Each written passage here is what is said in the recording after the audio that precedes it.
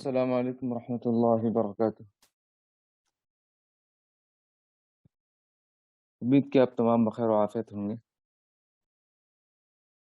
چلیے ہم اپنی کلاس کا آغاز کرتے ہیں۔ الحمد للہ رب العالمین والعاقبۃ للمتقین والصلاة والسلام علی اشرف الانبیاء والمرسلین نبینا محمد وعلی آلہ واصحابہ اجمعین، اما بعد۔ سبحانک لا علم لنا الا ما علمتنا انک انت العلیم الحکیم۔ رب اشرح لی صدری ویسر لی امری واحلل عقدۃ من لسانی یفقهوا قولی۔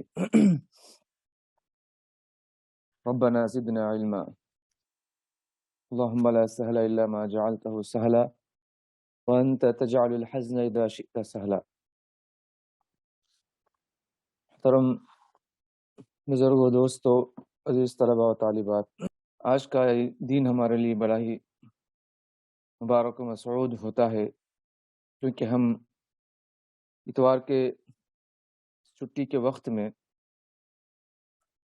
قرآن و سنت کی تعلیم سیکھنے کے لیے جمع ہوتے ہیں، اللہ اس کے رسول کی باتیں سیکھتے ہیں اور اپنے ایمان میں، اپنے علم میں اضافہ کرنے کی کوشش کرتے ہیں۔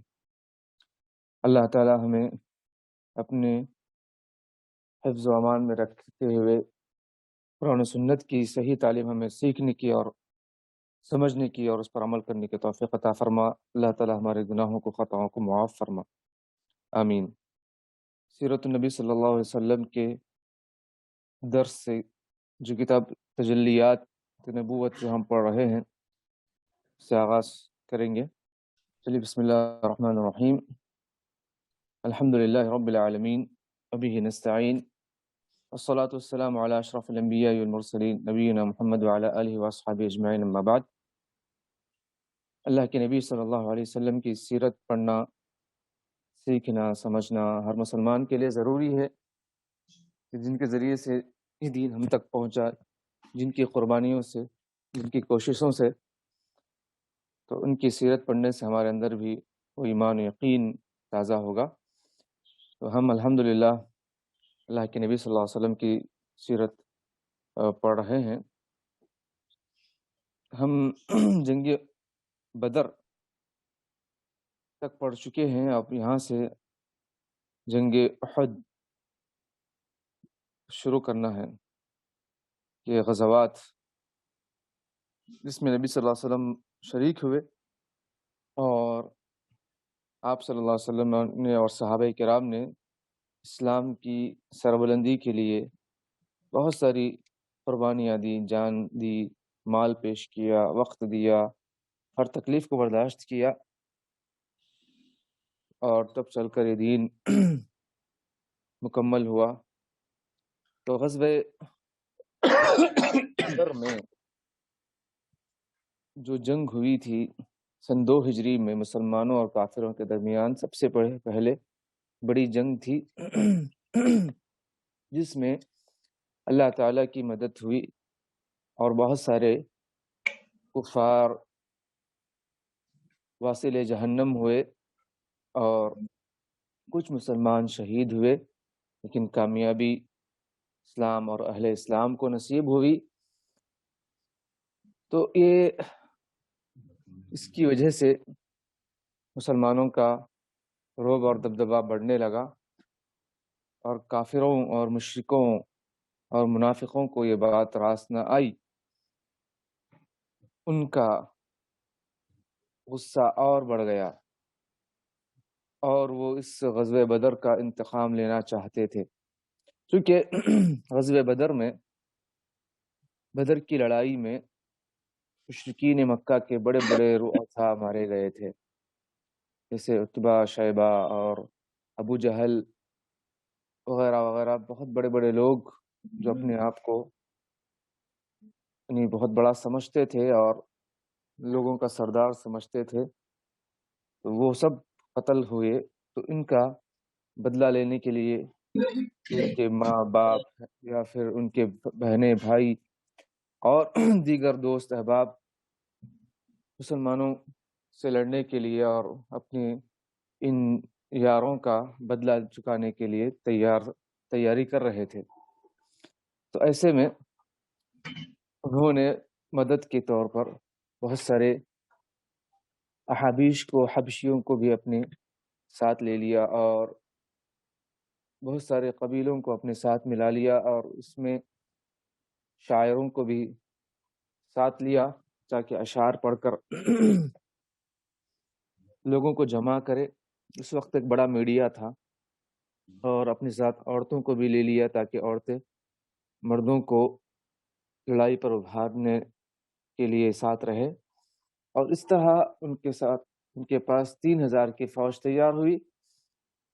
3000 اونٹ تھے، 200 گھوڑے تھے، اور 70 نیزے تھے، اور بہت سارے اور بھی ساز و سامان تھے، جن میں یعنی بڑے بڑے لڑنے والے ماہرین تھے۔ خالد بن ولید رضی اللہ عنہ بھی اس جنگ میں شریک تھے، جو مشرکین کے ساتھ تھے، اس وقت تک اسلام قبول نہیں کیے تھے۔ تو یہ سب کچھ ہوا، اور اللہ کے نبی صلی اللہ علیہ وسلم کو تقریباً 1 ہفتہ پہلے اس کی اطلاع ملی کہ کفار مشرکین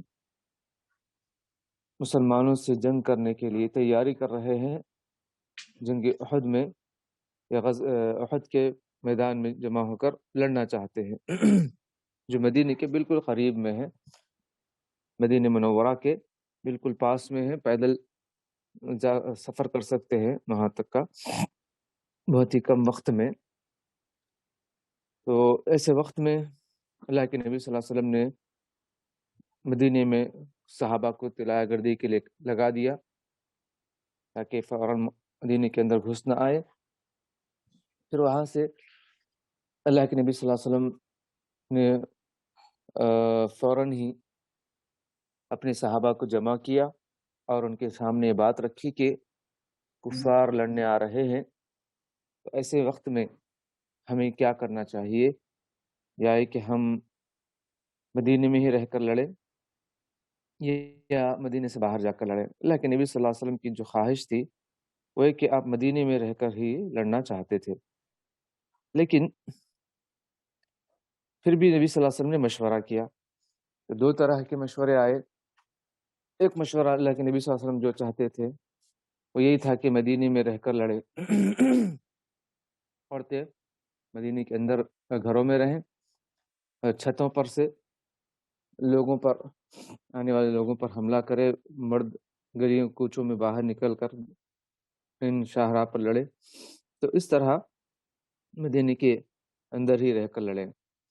اور یہ منافقی کے سردار عبداللہ بن ابی بن سلول کی خواہش اس لیے تھی، اس نے یہ رائے اس لیے دی کہ وہ یہ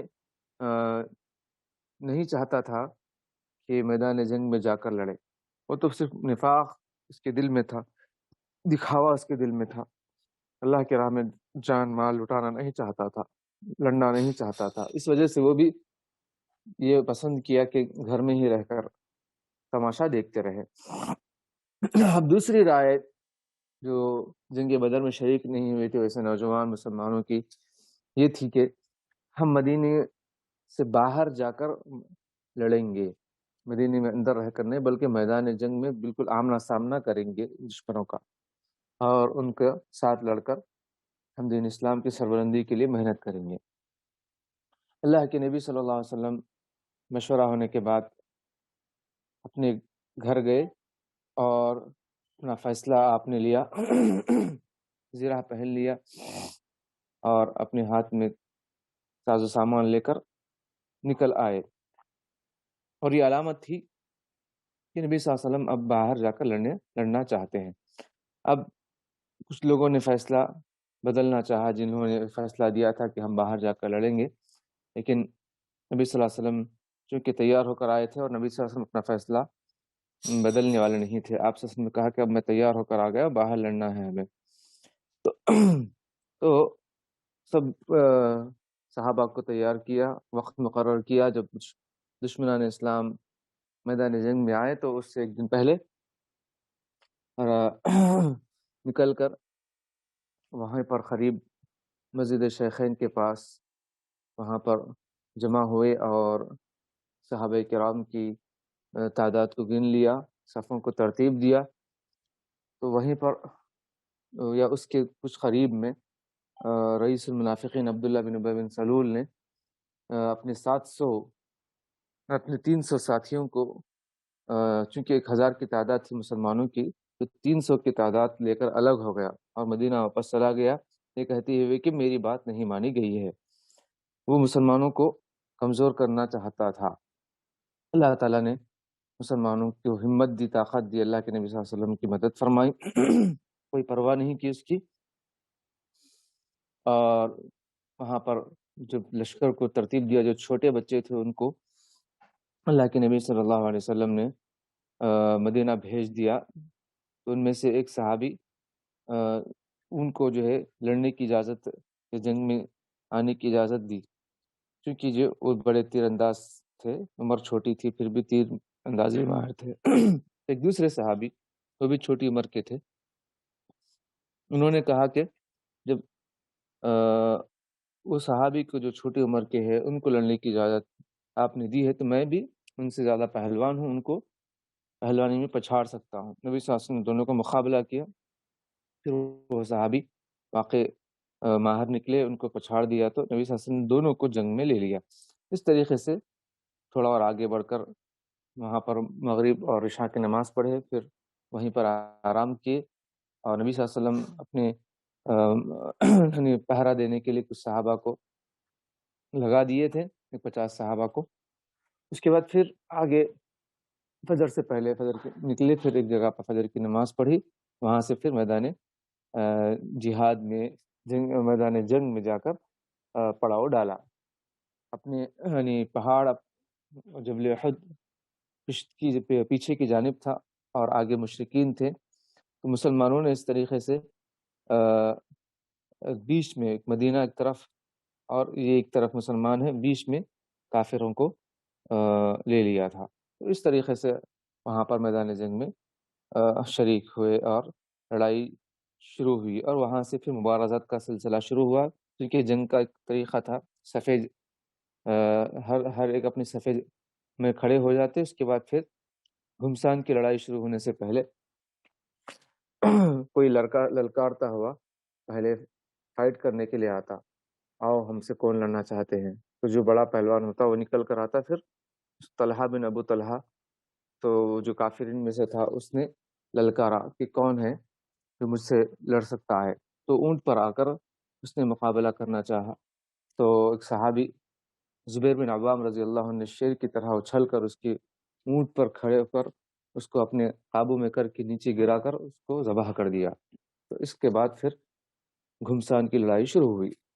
تو اس کی مزید تفصیلات انشاءاللہ پھر ہم آگے دیکھتے ہیں۔ سب سے پہلی کتاب کی عبارت اگر ہم پڑھے تو مناسب ہوگا، اور کچھ بھی چھوٹی ہوئی بات انشاءاللہ اس میں ہم دیکھ سکتے ہیں۔ تو غزوہ احد شوال سن 3 ہجری میں پیش آئی تھی۔ قریش ابھی غزوہ بدر کے انتقام کی تیاری کر ہی رہے تھے کہ مقام قردہ میں ان پر ایک اور مار پڑ گئی۔ اس سے ان کا غصہ اور بھڑک اٹھا اور انہوں نے تیاری کی رفتار تیز کر دی۔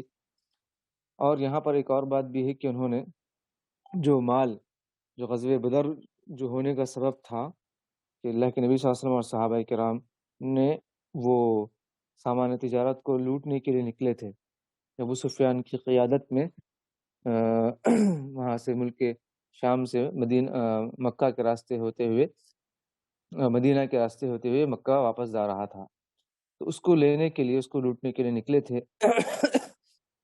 معلوم ہوا کہ ابو سفیان کو اللہ کے نبی صلی اللہ علیہ وسلم کچھ صحابہ کو لے کر آ رہے ہیں، اطلاع ملی تو فوراً اس نے راستہ بدل لیا اور یعنی ساحل کے راستے سے وہ مکہ پہنچ گیا، اور اس سے پہلے پھر اطلاع دی تھی قریش کے لوگوں کو، تو ابو جہل اپنی ایک فوج لے کر 1000 کی تعداد لے کر وہ پھر غزوہ بدر یعنی بدر کے میدان میں پہنچ گیا تھا۔ تو جو قافلہ بچ کر گیا تھا تو وہ مال اور بھی جو ہے لوگوں سے اس میں جو فائدہ ہوا تھا وہ پورا مال انہوں نے کیا کیا، غزوہ احد میں لڑنے کے لیے اس کو جمع کر رکھ دیا تھا. کہا کہ اب یہ مسلمانوں سے بدلہ لینے کے لیے ہم کو مال کی ضرورت ہے، تو لہٰذا ہم یہ مال جو ہم لوٹنے والا تھا وہ بچ گیا، تو لہٰذا ہم اس کو استعمال کر کے مسلمانوں سے لڑیں گے. تو یہ بھی ایک یعنی سبب تھا. تو یہ مال کے ذریعے سے انہوں نے تیاری کی، اور پھر رضاکارانہ بھرتی کا دروازہ بھی کھول دیا. جو چاہے ہمارے ساتھ لڑنا، ہماری مدد کرنا، تو وہ شامل ہو سکتا ہے. مسلمانوں کے خلاف اگر تم کو دشمنی ہے تو ہم ان کے ساتھ لڑ رہے ہیں، تو تم بھی ہمارے ساتھ لڑ سکتے ہیں. تو حبشیوں کو اس سلسلے میں بھرتی کیا، اور ترغیب اور مزید ابھارنے کے لیے کچھ شاعر مخصوص کیے. اس وقت کے یہ لوگ میڈیا کی حیثیت رکھتے تھے، بہت ہی سپر پاور لوگ تھے، تو ان کی آواز سے لوگ جمع ہوتے تھے. تو 3,000 فوجیوں کا ایک لشکر تیار ہو گیا، جس کے پاس 3,000 اونٹ، 200 گھوڑے اور 70 نہیں بلکہ 700 زرہیں تھیں. اس لشکر کے ساتھ کئی عورتیں بھی تھیں جن کا کام مردوں کو جنگ کے لیے بھڑکانا تھا اور جوش و بہادری کی روح پھونکنا تھا. اس کا سپہ سالار ابو سفیان تھا، اس جنگ کا جو بڑا تھا، لیڈر تھا. اور علم جو اٹھانے والے تھے وہ لوگ بنو عبد الدار کے بہادر تھے، تقریباً 10-11 لوگ تھے. یہ لشکر بڑے ہی غیظ و غضب سے بھرپور مدینے کی اطراف میں پہنچا، اور جبل عینین جو یعنی احد کے میدان میں ہے، تو جبل عینین اور احد کے قریب وادی قنات کے دامن میں ایک کھلے میدان میں ڈیرا ڈال دیا. احد اور جبل عینین دونوں قریب قریب ہے، جس کو جبل رومات کہا جاتا ہے. جبل عینین پہلے اس کا نام تھا. تو جبل عینین اور احد کے قریب وادی ہے، وادی قنات کے، وہاں پر کھجور وغیرہ کے درخت وغیرہ تھے، پانی وغیرہ تھا. تو وہاں پر کھلے میدان میں ڈیرا ڈال دیا تھا. یہ جمعے کا دن تھا، اور شوال 3 ہجری کی 6 تاریخ تھی. تو شوال یعنی رمضان کے بعد کا جو مہینہ شوال ہے، اس کی 6 تاریخ تھی، اور تیسرا سال تھا ہجرت کا، اور جمعے کا دن تھا، جس وقت یہ مشرکین کافرین میدان جنگ میں، احد کے میدان میں جمع ہوئے تھے. اب یہاں پر رسول اللہ صلی اللہ علیہ وسلم کو لشکر کی آمد سے تقریباً 1 ہفتہ پہلے خبر ہو چکی تھی، اور آپ صلی اللہ علیہ وسلم نے ہنگامی حالات سے نمٹنے اور مدینے کی حفاظت کرنے کے لیے فوجی طلایہ گردی کا انتظام فرما لیا تھا. جب لشکر پہنچ گیا تو آپ صلی اللہ علیہ وسلم نے مسلمانوں سے دفاع کے متعلق مشورہ کیا. آپ صلی اللہ علیہ وسلم کی رائے یہ تھی کہ مسلمان مدینے کے اندر قلعہ بند ہو جائیں، مرد گلی کوچوں کے ناکوں پر لڑائی کریں، اور عورتیں گھروں کی چھتوں سے. رئیس المنافقین عبداللہ بن ابی نے بھی اس رائے سے موافقت کی. وہ چاہتا تھا کہ گھر ہی بیٹھا رہے اور جنگ سے پیچھے رہنے کی تہمت بھی نہ لگے، لیکن جوانوں نے جوش دکھایا اور کھلی جگہ 2-2 ہاتھ کرنے پر اصرار کیا. آپ نے ان کی رائے مان لی اور لشکر کو 3 دستوں میں تقسیم کر دیا. ایک دستہ مہاجرین کا، جس کا علم بردار مصعب بن عمیر رضی اللہ عنہ تھے، اور دوسرا قبیلہ اوس کا، جس کے علم بردار حضرت اسید بن حضیر رضی اللہ عنہ تھے، اور تیسرا علم بردار جو خزرج کے تھے، حضرت حباب بن منذر رضی اللہ عنہ. اور یہ جس کے ہاتھ میں علم ہوتا، یہ جھنڈا ہوتا، اس کی بڑی اہمیت ہوتی، اور اس کی حفاظت اس کی بڑی ذمہ داری ہوتی. اگر وہ گر جاتا، وہ یعنی جھک جاتا، وہ نظر نہیں آئے، تو پھر سمجھو کہ وہ ناکامی شروع ہو گئی، اور وہاں سے پھر یعنی ان کا جمع ہونا ایک جگہ مشکل تھا. تو ایک علامت تھی کہ اس کے ذریعے سے اپنے جھنڈے تلے وہ جمع ہوتے تھے اور پھر دشمنوں سے لڑتے تھے. تو یہ 3 دستوں میں تقسیم کر کے تینوں صحابہ کو ایک ایک علم اور ایک ایک جھنڈا دے دیا نشان کے طور پر. پھر اس کے بعد عصر کی نماز کے بعد آپ صلی اللہ علیہ وسلم نے جبل احد کا رخ کیا. عصر کی نماز کے بعد مقام شیخین پر پہنچ کر لشکر کا معائنہ کیا. وہیں قریب میں مسجد ہے ابھی فی الحال، تو مسجد شیخین کے نام سے مدینے کے قریب میں ہی ہے. جو چھوٹے تھے انہیں واپس بھیج دیا. البتہ رافع بن خدیج، وہ صحابی کا نام، جو تیر انداز تھے،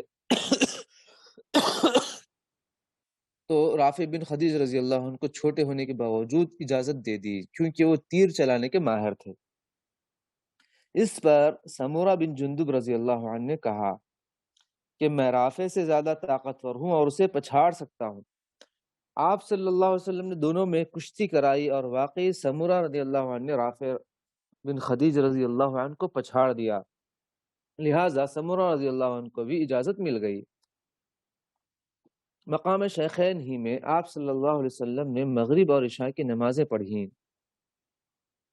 اور وہیں رات گزاری، اور لشکر کی حفاظت کے لیے 50 پہرے دار مقرر فرمائے۔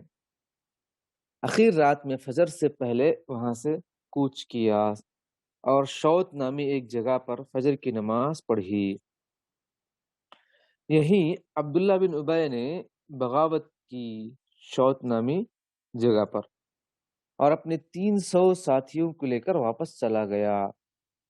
اس کی وجہ سے بنو سلمہ اور بنو حارثہ میں بھی کمزوری، ضعف کی لہر دوڑ گئی۔ قریب تھا کہ یہ دونوں گروہ بھی پلٹ جاتے، لیکن اللہ تعالیٰ نے انہیں ثابت قدم رکھا۔ مسلمانوں کی تعداد پہلے 1000 تھی، اب 700 باقی بچے۔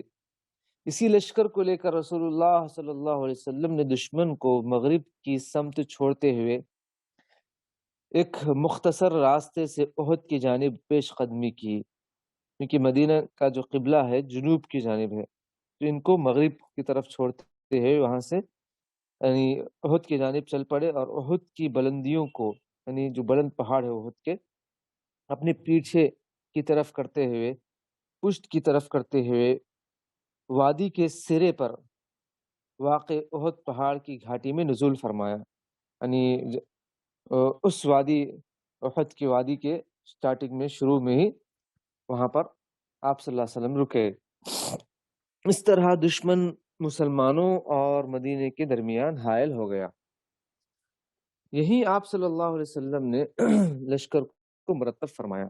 اگر آپ بدر کا، احد کا میدان دیکھے ہوں گے، اور بدر احد کے میدان کی آپ نے زیارت کی وہاں پر، تو اس جگہ پر ایک بڑا سا نقشہ بنا ہوا ہے، یعنی جس میں یعنی احد کا پورا اس کے اندر نقشہ ہے، اور اس دیوار پر یعنی مسلمان کہاں ٹھہرے، کدھر احد پہاڑ تھا اس وقت، اور جبل رمات، اس کو جبل عینین کہتے تھے، وہ کہاں تھا، اور مشرکین مسلمانوں کے کس طرف ٹھہرے تھے، مغرب کی طرف۔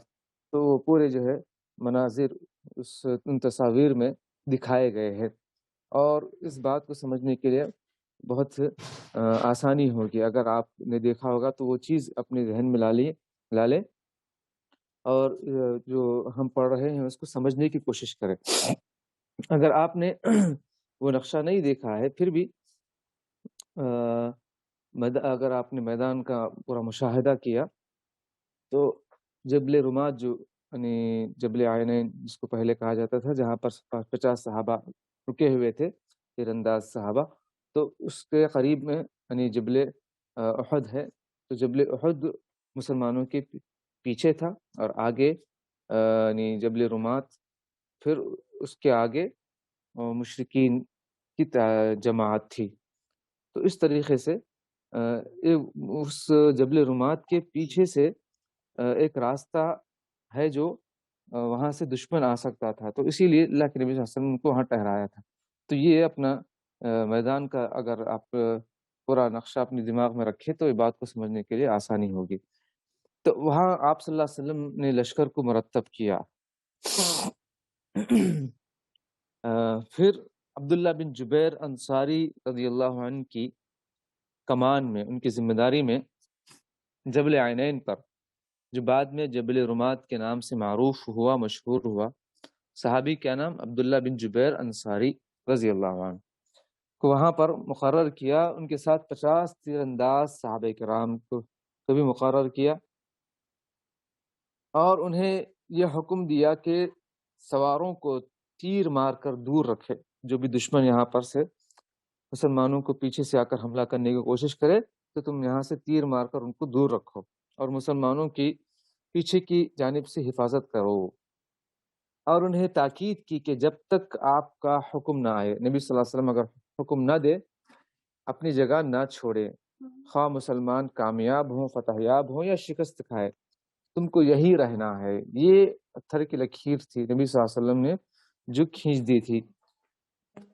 یہ حد تھی، نبی صلی اللہ علیہ وسلم نے اس کو مقرر کر دی تھی کہ ہم جیتے یا ہارے تم کو یہاں سے نہیں ہٹنا ہے، یہاں سے ہٹو گے تو پھر یہاں سے دشمن آ سکتا ہے۔ یہ بہت ہی حساس جگہ تھی جہاں سے اس جانب سے دشمن اس چھوٹے سے پیچھے کے راستے سے آ سکتا ہے اور مسلمانوں پر پیچھے سے حملہ کر سکتا ہے۔ تو یہ بہت ہی امپورٹنٹ چیز ہے جس کی وجہ سے پھر ایک بہت ہی بڑا حادثہ پیش آگے آئے گا، تو یہ بات کو یاد رکھیں۔ ادھر مشرکین نے بھی اپنے لشکر کو مرتب کیا اور میدان جنگ کی طرف پیش قدمی کی۔ ان کی صفیں ان کی عورتیں صفوں میں گھوم گھوم کر اور دف پیٹ پیٹ کر لوگوں کو جوش دلاتی رہیں، لڑائی کے لیے بھڑکاتی رہیں، جوانوں کو غیرت دلاتی رہیں اور یہ اشعار پڑھتی رہیں: ان تقبلوا تعانق نفرش النمارق، ان تقبلوا تعانق نفرش النمارق او تدبروا نمارق او تدبروا نفارق فراق غیر وامق۔ اگر پیش قدمی کرو گے تو ہم تمہیں گلے لگائیں گے اور قالین بچھائیں گی، اگر پیچھے ہٹو گے تو روٹھ جائیں گی اور الگ ہو جائیں گی۔ دیکھ لو، سمجھ جاؤ، تم یہاں لڑکے کامیاب ہوئے تو ہم تمہارے لیے قالین بچھا کر تمہارا استقبال کریں گی، تمہیں اپنے گلوں سے لگائیں گی، تمہارے لیے سب کچھ کریں گی۔ اگر تم یہاں سے لڑنے سے پیچھے ہٹو گے تو پھر ہم تمہاری بیویاں نہیں رہیں گی، ہم تم سے الگ ہو جائیں گی، جدا ہو جائیں گی، اب تم کو لڑنا ہی لڑنا ہے۔ تو اس طرح جوش دلا رہے تھے۔ اب علم برداروں کو جو جھنڈا اٹھائے ہوئے تھے ان کو ان کا فرض یاد دلاتے ہوئے کہہ رہی تھی: وَيْهًا بَنِي عَبْدِ الدَّارِ وَيْهًا حُمَاةَ الْأَدْبَارِ وَيْهًا بَنِي عَبْدِ الدَّارِ وَيْهًا حُمَاةَ الْأَدْبَارِ ضَرْبًا بِكُلِّ بَتَّارِ۔ دیکھو بنی عبد الدار، دیکھو پشت کے پاسدار، خوب کرو شمشیر کا وار۔ یہ ان کو بھی جوش دلا رہی تھی، خوب یہاں سے تم جم کر لڑو۔ اب یہاں تک یعنی لشکر کو ترتیب دینے کا معاملہ ہوا اور ایک دوسرے کو جنگ کے لیے ابھارنے کا معاملہ ہوا۔ اب یہاں سے مبارزت اور قتال شروع ہو رہا ہے۔ جب دونوں لشکر قریب آ گئے تو مشرکین کا علم بردار اور قریش کا سب سے بڑا بہادر انسان طلحہ بن ابو طلحہ عبدری نمودار ہوا۔ جیسے کہ میں نے کہا کہ گھمسان کی لڑائی شروع ہونے سے پہلے ایک ایک شخص آتا جو بہادر ہوتا اور دعوت قتال دیتا، کون لڑنا چاہتا ہے مجھ سے، کون مجھ جیسے پہلوان سے کس کی ہمت ہے لڑنے کی، تو پھر اس کا دفاع کرنے کے لیے مسلمان آگے بڑھتے تھے۔ تو وہ اونٹ پر سوار تھا، اس نے دعوت مبارزت دی۔ جواب میں زبیر بن عوام رضی اللہ عنہ آگے بڑھے، شیر کی طرح جست لگائی اور اونٹ پر جا چڑھے، پھر اسے اپنی گرفت میں لے کر زمین پر کود گئے اور تلوار سے ذبح کر دیا۔ کتنی تیزی سے انہوں نے یہ حملہ کیا اس پر۔ نبی صلی اللہ علیہ وسلم نے نعرہ تکبیر بلند کیا، اللہ اکبر، اللہ اکبر کہا، اور مسلمانوں نے بھی نعرہ تکبیر بلند کیا، اللہ اکبر۔ اس کے بعد ہر طرف جنگ کے شعلے بھڑک اٹھے۔ خالد بن ولید رضی اللہ عنہ نے، جو اس وقت مشرکین کے سپہ سالار تھے، ان کے ساتھ تھے، 3 بار کوشش کی کہ مسلمانوں کی پشت پر جا پہنچے۔ بس وہ ایک راستہ جہاں پر مسلمان کو ٹھہرایا گیا تھا 50 تیرانداز صحابہ کو، اسی کی تلاش میں تھے کہ وہاں سے اگر ہم، یعنی چونکہ وہ ماہر تھے، جنگ کے ماہر تھے شروع سے ہی، وہ جانتے تھے کس طریقے سے جنگ جیتنا ہے، کس طریقے سے کایا پلٹنا ہے۔ تو چونکہ اس وقت مشرکین کے ساتھ تھے، اسلام قبول نہیں کیے تھے، تو انہوں نے 3 بار کوشش کی کہ مسلمانوں کی پشت پر جا پہنچے، پیچھے چلے جائیں، آگے مسلمان ہیں، پیچھے سے جا کر حملہ کرنے کی انہوں نے پوری کوشش کی، لیکن تیر اندازوں نے تیر برسا کر انہیں واپس پلٹنے پر مجبور کر دیا تھا۔ جس وجہ سے نبی صلی اللہ علیہ وسلم نے ٹھہرایا تھا انہوں نے کیا، وہ صحابہ نے۔ تو مسلمانوں نے مشرکین کے علم برداروں پر اپنا حملہ مرکوز رکھا، جو بنو عبد الدار کے جو لوگ تھے ان پر، یہاں تک کہ ان کا مکمل طور پر صفایا کر دیا، ان کو مار کر ہلاک کر دیا۔ کل 11 افراد تھے، ان کے خاتمے کے بعد ان کا جھنڈا زمین پر آ گرا اور مسلمانوں نے بقیہ اطراف میں ہلہ بول دیا۔ پھر تمام لوگوں پر حملہ شروع کر دیا، صفوں کی صفیں الٹ دیں اور مشرکین کی اچھی طرح پٹائی کی۔ اس موقع پر ابو دجانہ صحابی رضی اللہ عنہ کا واقعہ بھی پیش آیا اور حمزہ رضی اللہ عنہ کے بھی کارنامے پیش آئے۔ تو اسی طرح پیش قدمی اور غلبے کے دوران اللہ اس کے رسول صلی اللہ علیہ وسلم کے شیر حمزہ بن عبد المطلب رضی اللہ عنہ شہید کر دیے گئے۔ اس کا واقعہ جو آگے بھی ہم پڑھیں گے، وحشی ابو دسمہ وحشی بن حرب جو ان کا قاتل تھا، بعد میں اسلام قبول کیے، صحابی بنے۔ تو یہ ایک وحشی حبشی غلام تھے، تو انہوں نے نیزہ پھینک کر ان کو قتل کر دیا تھا، اور یہ تیر پھینکنے میں بہت ہی ماہر تھے۔ ان کے آقا جبیر بن مطعم اور ایک روایت میں حبیب بن مطعم ہے، نے اس سے وعدہ کیا تھا کہ وہ حمزہ رضی اللہ عنہ کو قتل کر دے تو اسے آزاد کر دے گا، چونکہ حمزہ رضی اللہ عنہ بڑے ہی ماہر تھے، اور انہوں نے ابو سفیان کے سسر کو، صالح کو، اور ہند بن عتبہ ان کے بھائی والد کو، سب کو قتل کر دیا تھا، اور میدان بدر میں کارہائی نمایاں انجام دیے تھے اسلام کے لیے اور ان دشمنوں کے خلاف۔ تو پہلے ٹارگٹ حمزہ رضی اللہ عنہ تھے اس جنگ میں، اور بڑے ہی پہلوان تھے صحابی حمزہ رضی اللہ عنہ، نبی صلی اللہ علیہ وسلم کے چچا بھی تھے۔ تو وہ چونکہ یہ غلام تھا جو حبشی وحشی بن حرب ابو دسمہ اس کی کنیت تھی، اس نے اس کے چچا یا جبیر بن مطعم کے چچا کو حمزہ رضی اللہ عنہ نے جو قتل کیا تھا، تو اس کا بدلہ لینا چاہتا تھا۔ اس نے کہا کہ تم تیر اندازی میں ماہر ہو، وحشی سے کہا تم تیر اندازی میں ماہر ہو، کیا تم غلامی سے آزادی چاہتے ہو؟ کیونکہ اس وقت غلامی سے آزادی ملنا بہت بڑی بات تھی۔ تو اس نے کہا کہ آخر کون مجھے غلامی سے آزاد کرے گا؟ تو اس کے آقا نے کہا کہ میں تمہیں آزاد کروں گا۔ اس نے کہا کہ پھر کیسے تم، نہیں مانوں گا کہ تم مجھے آزاد کرو گے۔ کہا کہ تم جس کو چاہے گواہ بنا لو، میں اپنی بات پر قائم ہوں۔ تو پھر وہ بس اس جنگ میں دشمنوں کے ساتھ شامل رہا، مسلمانوں کے خلاف مشرکوں کے ساتھ رہا، حضرت حمزہ رضی اللہ عنہ کی تلاش میں تھا۔ تو جو اس نے وعدہ کیا تھا کہ ان کے نبی صلی اللہ علیہ وسلم کے چچا حمزہ رضی اللہ عنہ کو اگر قتل کر دے گا تو انہیں آزاد کر دے گا، کیونکہ حمزہ رضی اللہ عنہ نے اس کے چچا طعیمہ بن عدی کو غزوہ بدر میں قتل کیا تھا۔ چنانچہ وحشی ایک چٹان کی اوٹ میں چھپ کر حمزہ رضی اللہ عنہ کی طاق میں بیٹھ گیا، یا درخت کے پیچھے چھپ کر، بعض روایت میں ہے۔ حمزہ رضی اللہ عنہ مشرکین کے ایک آدمی سباع بن عبد العزہ کا سر قلم کر رہے تھے۔ اس نے للکارا تھا میدان میں آ کر، کون ہے جو مجھ سے لڑنا چاہتا ہے، لڑ سکتا ہے؟ تو حمزہ رضی اللہ عنہ آگے بڑھ کر میدان میں اس کو ختم کرنے لگے۔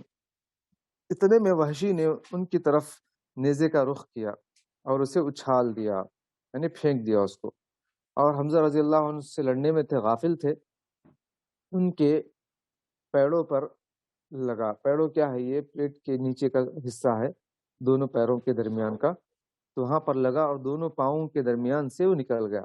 اور ایک روایت میں نیزہ کے علاوہ کلہاڑی کا بھی ذکر ہے، وہ کلہاڑی پھینکا اس نے، تو وہ گر گئے، اور تھوڑا ایک دو قدم آگے بڑھے اس کو ختم کرنے کے لیے وحشی کو، لیکن چونکہ وہ ان کے پیر آگے بڑھ نہ سکے، وہ گر گئے اور اٹھ نہ سکے، یہاں تک کہ ان کی شہادت واقع ہو گئی رضی اللہ عنہ وارضا۔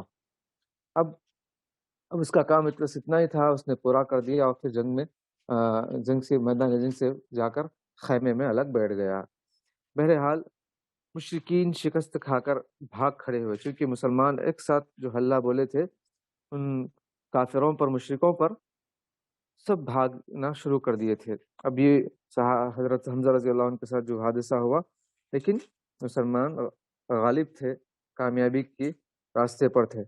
جوش دلانے والی عورتیں بھی بھاگ گئی، مسلمانوں نے مشرکین کو گھیر لیا، وہ بھی انہیں مار بھی رہے تھے، غنیمت سمیٹ بھی رہے تھے، لیکن عین اسی موقع پر تیر اندازوں نے غلطی کی۔ جیسے کہ میں نے پہلے کہا، یہ سب سے اہم بات تھی کہ نبی صلی اللہ علیہ وسلم 50 تیر اندازوں کو اسی لیے ٹھہرائے تھے کہ وہاں سے دشمن پیچھے سے آ سکتا ہے۔ جو خالد بن ولید رضی اللہ عنہ نے جو 3 مرتبہ کوشش کی اس راستے سے آ کر مسلمانوں پر حملہ کرنے کی، تو انہی صحابہ نے ان کو روکا تھا تیروں سے، تیر چلا کر۔ لیکن اس موقع پر ان سے ایک غلطی ہو گئی جو بہت بڑی بھول تھی۔ نبی صلی اللہ علیہ وسلم کی نافرمانی ہوئی۔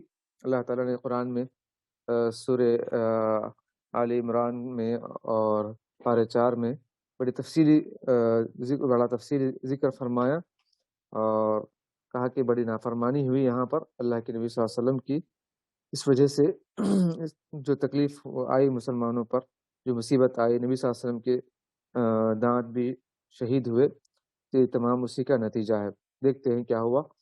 تو وہ جو صحابہ تھے جو مال غنیمت سمیٹ رہے تھے، اسی موقع پر تیر انداز صحابہ نے غلطی کی اور اپنے مورچوں پر ڈٹے رہنے کا جو تاکیدی حکم انہیں دیا گیا تھا کہ اگر ہم جیتے یا ہارے، جب تک نبی صلی اللہ علیہ وسلم کا حکم نہ آئے تم یہاں سے نہیں ہٹنا ہے، لیکن انہوں نے اس کو بھلا دیا۔ اس کے باوجود غنیمت کے چکر میں وہ جو صحابی جس کی ذمہ داری تھی، تو ان کے ساتھ صرف 10 صحابہ رہ گئے۔ انہوں نے سمجھایا دیگر اور 40 صحابہ کو کہ مت جاؤ، اللہ کے نبی صلی اللہ علیہ وسلم کا حکم نہیں تھا، بلکہ یہیں رہنے کا آپ نے حکم دیا تھا۔ انہوں نے کہا کہ ابھی تو ہم جنگ جیت گئے ہیں، مال غنیمت دوسرے مسلمان سمیٹ رہے ہیں، ہم بھی جائیں گے مال غنیمت سمیٹیں گے، اب یہاں رہ کر کیا فائدہ، اب ہم تو جیت گئے ہیں۔ تو 40 صحابہ پہاڑ سے نیچے اتر آئے۔ اس وقت تو پہاڑ جبل احد کے برابر تھا، جیسے کہ وہاں کے مورخین نے کہا کہ اس وقت جبل احد کے برابر اونچا پہاڑ تھا۔ اس کے بعد جو مسلمان عمرہ کرنے کے لیے، حج کرنے کے لیے گئے، بار بار جاتے ہیں، تو وہاں سے کچھ مٹی اٹھا کر لے آتے ہیں، وہاں کی برکت سمجھ کر وہاں کی مٹی، تو اس طرح وہ چھوٹا ہو گیا اور بہت وہ پہاڑ اونچا تھا۔ بہرحال تو اس طرح سے اس پہاڑ سے نیچے اتر آئے 40 آدمی۔ خالد بن ولید رضی اللہ عنہ نے اس موقع کو غنیمت جانا اور پہاڑ پر جو 10 آدمی رہ گئے تھے ان کا صفایا کر دیا، اور پھر پہاڑ کے پیچھے سے گھوم کر مسلمانوں کی پر آ گئے اور ان کو نرغے میں لینا شروع کر دیا۔ ان کے سواروں نے ایک نعرہ بلند کیا۔ ہر میدان جنگ میں ایک نعرہ ہوتا جس کی وجہ سے وہ اپنے لوگوں کی آواز کو پہچان کر ان پر حملہ نہیں کرتے، اور اپنے جو آواز ہوتی، نبی صلی اللہ علیہ وسلم بھی جو ہے جنگوں میں ایسی آواز رکھتے کہ اشارہ رہتا ہر ایک کا، وہ اشارے سے پہچان لیتے کہ یہ اپنا آدمی ہے۔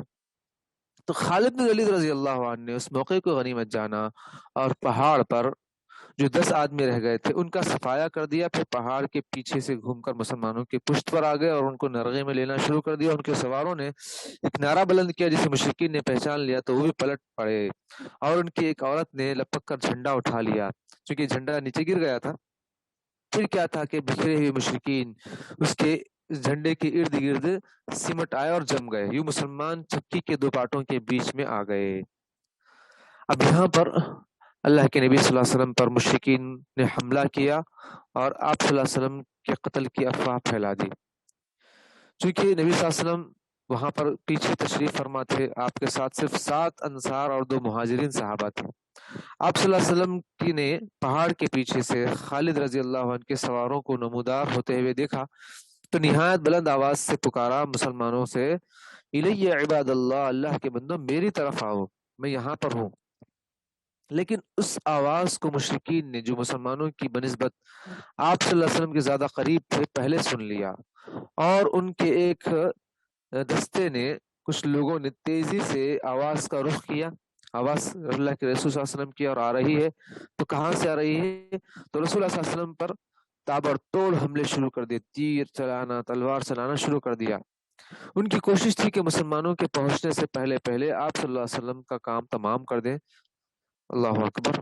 اس موقع پر آپ صلی اللہ علیہ وسلم نے فرمایا ان 7 صحابہ سے اور 2 مہاجرین 9 صحابہ سے، کہا من یردہم عنا وله الجنہ او هو رفیقی فی الجنہ، کون ہے جو ان کو ہم سے دفع کرے، دور کرے اور اس کے لیے جنت ہے، یا یہ فرمایا کہ وہ جنت میں میرا ساتھی ہوگا، رفیق ہوگا، میرا قریبی دوست ہوگا۔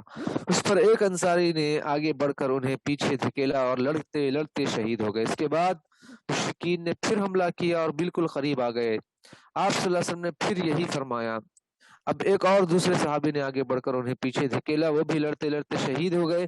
پھر تیسرے نے، پھر چوتھے نے، یہاں تک کہ 7 انصاری صحابہ نے شہادت دی رضی اللہ عنہ۔ جب 7ویں انصاری صحابی گر گئے تو رسول اللہ صلی اللہ علیہ وسلم کے پاس 2 قریشی مہاجر باقی بچے، ایک طلحہ بن عبید اللہ رضی اللہ عنہم اور دوسرے سعد بن ابی وقاص رضی اللہ عنہم۔ چنانچہ مشرکین نے اپنا حملہ رسول اللہ صلی اللہ علیہ وسلم پر مرکوز کر دیا۔ 2 لوگ تھے تو قریب آ گئے، یہاں تک کہ آپ صلی اللہ علیہ وسلم کو ایک پتھر لگا جس سے آپ صلی اللہ علیہ وسلم اپنے پہلو کے بھل گر گئے، اور آپ صلی اللہ علیہ وسلم کا نچلا داہنا رباعی دانت ٹوٹ گیا، نچلا ہونٹ بھی زخمی ہو گیا، خون نکلنے لگا، خود خوات سر پر ٹوٹ گئی، جو سر بچانے کے لیے جو پہنتے ہیں اوپر، اور تیر اور تلوار کے حملے سے بچنے کے لیے، وہ بھی جو ہے ٹوٹ گئی، جس سے سر اور پیشانی پر چوٹ آئی۔ جب وہ گرنے سے کیا ہے، سر کو پر مار لگی اور پیشانی پر چوٹ آئی۔ آنکھ سے نیچے کی ابھری ہوئی جو ہڈی ہے اس پر تلوار کی ضرب پڑی، ایک مشرک کی تلوار نبی صلی اللہ علیہ وسلم کے یعنی خوات پر جو پڑی، تو جس سے خوات کی 2 کڑیاں اندر گھس گئی۔ اللہ اکبر۔ یعنی یہ جو آنکھ کی نچلا حصہ ابھری ہوئی ہڈی ہے اس میں 2 کڑیاں گھس گئی، کندھے پر بھی تلوار کی ایک سخت ضرب پڑی، جس کی تکلیف 1 مہینے سے زیادہ عرصے تک اللہ کے نبی صلی اللہ علیہ وسلم کو محسوس ہوتی رہی۔ البتہ آپ صلی اللہ علیہ وسلم نے جو ڈبل زرہ پہن رکھی تھی، جو اپنے سینے کو چھپانے بچانے کے لیے، اس لیے وہ کٹ نہ سکی۔ یہ سب کچھ اس کے باوجود پیش آ گیا کہ دونوں قریشی جان پر کھیل کر آپ صلی اللہ علیہ وسلم کا دفاع کر رہے تھے، اس کے باوجود بھی یہ سب کچھ ہوا۔ اللہ کے نبی صلی اللہ علیہ وسلم کے دانت شہید ہوئے، اب گرے، پتھر لگا، اور آپ کے تلوار بھی پڑی آپ کے کندھے پر، سب کچھ ہوا صلی اللہ علیہ وسلم۔ چنانچہ حضرت سعد بن ابی وقاص رضی اللہ عنہ نے اس قدر تیر چلائے کہ نبی کریم صلی اللہ علیہ وسلم نے اپنے ترکش کے تیر ان کے لیے بکھیرتے ہوئے فرمایا، ارمی فداک ابی و امی، چلاؤ تم پر میرے ماں باپ فدا ہوں۔ یہ اللہ کے نبی صلی اللہ علیہ وسلم نے صرف انہی کو کہا تھا، فخر سے بعد میں کہتے تھے کہ نبی صلی اللہ علیہ وسلم نے جو کہا ہے صرف میرے لیے کہا کہ میرے ماں باپ تم پر قربان ہوں، کیونکہ سب صحابہ کرام اللہ کے نبی صلی اللہ علیہ وسلم کہتے تھے، نبی صلی اللہ علیہ وسلم نے اس موقع پر صرف مجھ سے ہی کہا کہ میرے ماں باپ تم پر فدا ہوں، اب تیر چلاتے رہو۔ اور دوسرے صحابہ جو دور بھاگ رہے تھے تیر وغیرہ لے کر بچتے ہوئے، تو نبی صلی اللہ علیہ وسلم نے کہا کہ تم بھاگ رہے ہو، کم سے کم تیر وغیرہ تو دے کر جاؤ، یہاں پر لڑنے مجھے میری حفاظت کے لیے جو تیر چلا رہے ہیں۔ تو کچھ صحابہ سے نبی صلی اللہ علیہ وسلم نے یہ بھی کہا اور تیر دیتے رہے، اور طلحہ بن عبید اللہ رضی اللہ عنہ تنہا 11 افراد کے برابر لڑائی لڑی، یہاں تک کہ انہیں 35 یا 39 زخم آئے، اتنے زیادہ زخم ان کے جسم پر آئے۔ انہوں نے اپنے ہاتھ پر تیر اور تلوار روک کر نبی صلی اللہ علیہ وسلم کو بچایا، جو قریب آتا تھا تیر تلوار سے مارنے کے لیے اپنے ہاتھوں سے روکا، اللہ کے نبی صلی اللہ علیہ وسلم کو بچانے کے لیے اپنے سینے پر روکا، اپنے جسم سے، اپنے پیروں سے، ہر چیز سے روک کر نبی صلی اللہ علیہ وسلم کو بچانے کی پوری کوشش کی، جس سے ان کی انگلیاں زخمی ہو کر شل ہو گئی تھی۔ اللہ اکبر، کیسا ایمان تھا، اتنی تکلیف ہوتے ہوئے لڑتے رہے۔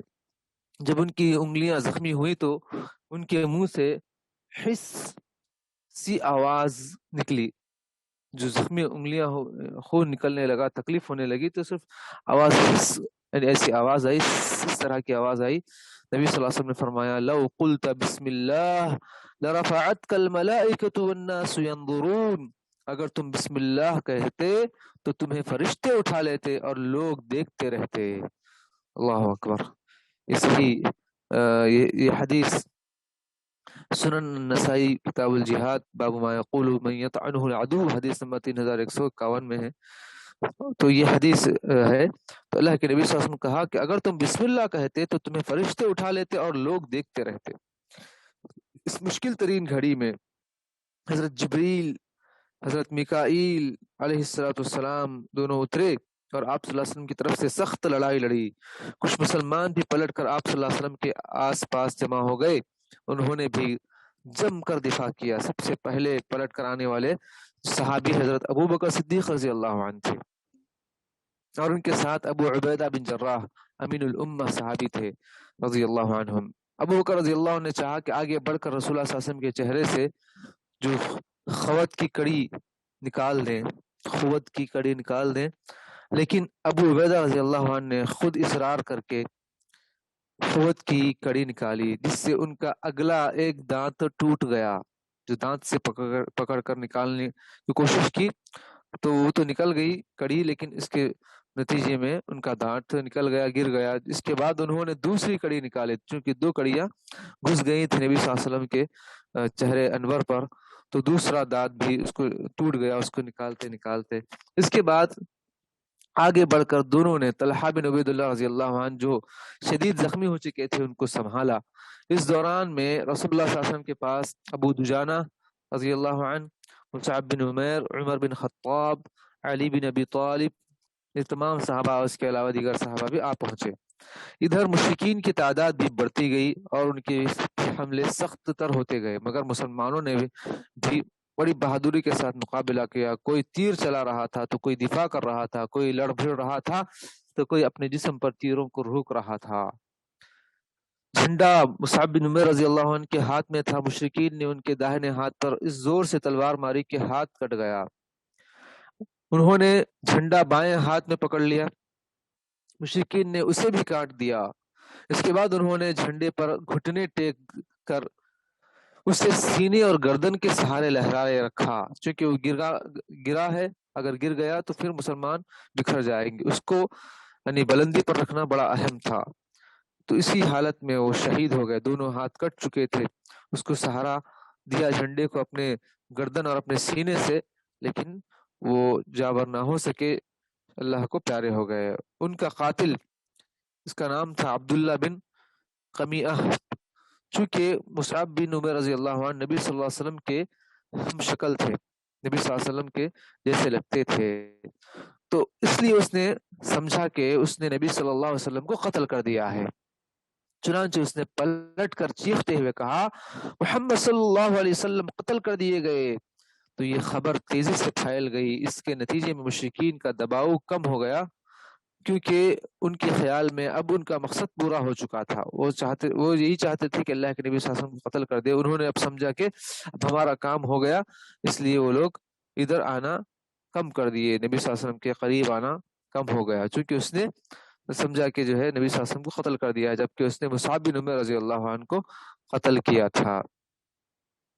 اب یہاں پر اس کے بعد اور بھی بڑی تفصیلات ہیں اس جنگ کے متعلق اور کس طرح اور بھی جو کایا پلٹ گیا پھر مسلمان جیتی ہوئی جنگ جس طرح جو ہارنے میں اور بھی اس میں کیا کیا چیزیں ہوئی,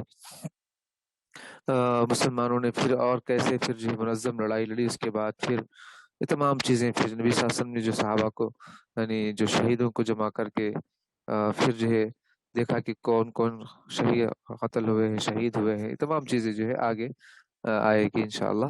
یہاں تک اپنی بات کو ختم کرتے ہوئے ہم اللہ تعالیٰ سے دعا کرتے ہیں کہ اللہ تعالیٰ ہمیں بھی دین اسلام کے لیے مر مٹنے کی توفیق عطا فرما اور تمام مسلمانوں کو ایمان اور عمل کی زندگی عطا فرما, آمین.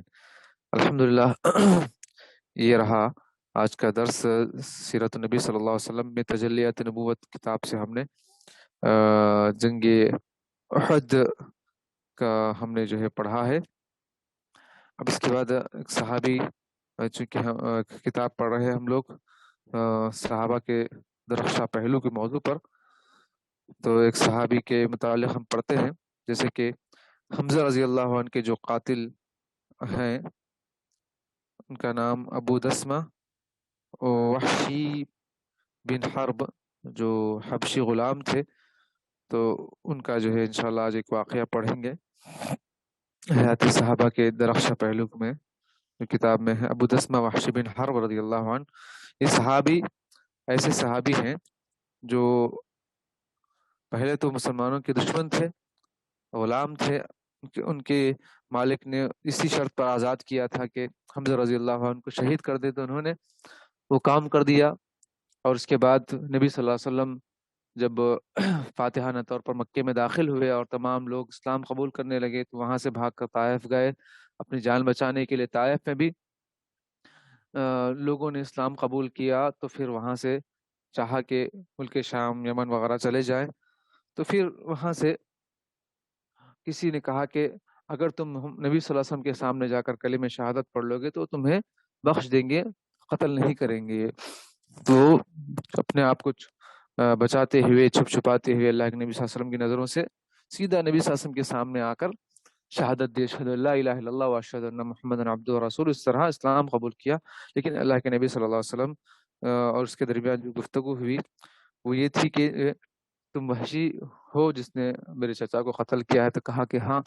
تو کہا کہ جو ہے تم میرے سامنے نہ آؤ ورنہ مجھے وہ حادثہ یاد آ جائے گا، مجھے تکلیف ہوگی۔ تو نبی صلی اللہ علیہ وسلم ان کو دیکھنا پسند نہیں کیا، تو وہ دوسری جانب مڑ گئے۔ وہ کہتے ہیں اپنے بارے میں کہ جب کبھی صحابہ کرام نبی صلی اللہ علیہ وسلم کے ساتھ بیٹھتے، میں بھی بیٹھتا، تو میں نبی صلی اللہ علیہ وسلم کے پیچھے بیٹھتا، کہیں آپ صلی اللہ علیہ وسلم کی نظر مجھ پر نہ پڑے اور آپ کو تکلیف نہ ہو، کیونکہ میں نادانی میں، جہالت میں قتل کر دیا تھا، کیونکہ اسلام پچھلے گناہوں کو معاف کر دیتا ہے اسلام لانے سے، لیکن اس کے باوجود بھی نبی صلی اللہ علیہ وسلم کو تکلیف تھی۔ ان کے چچا کو میں نے چونکہ قتل کیا تھا، اس کے بعد ان کا مسئلہ بھی ہوا تھا، ہند بن عتبہ نے کیا تھا، نعوذ باللہ من ذالک۔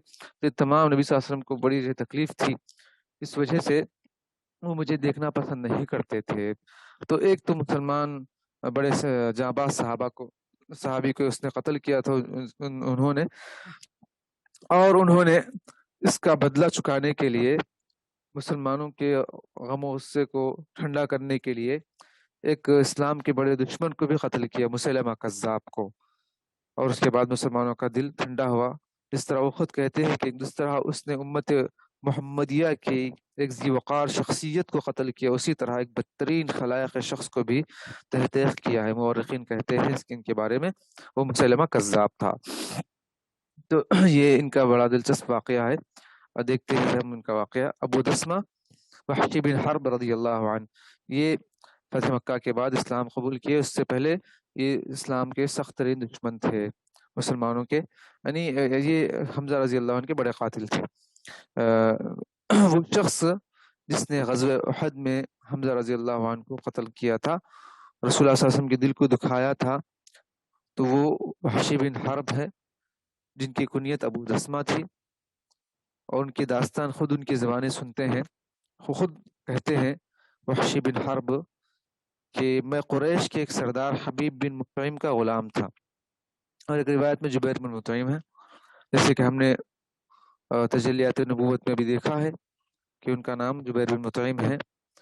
غزوہ بدر میں اس کے چچا طعیمہ بن عدی کو حمزہ بن عبد المطلب نے قتل کر دیا، اس سے میرے مالک کو بہت غم لاحق ہوا، یعنی ان کے مالک کے چچا کو حمزہ رضی اللہ عنہ نے قتل کیا تھا غزوہ بدر میں، تو میرا مالک کو بہت غصہ لاحق ہوا۔ اس نے لات و عزا کی قسم کھائی، چونکہ اس وقت انہی کو اپنا معبود مالک سمجھتے تھے، نعوذ باللہ من ذالک۔ تو میں اپنے چچا کے قاتل سے ضرور بدلہ لوں گا۔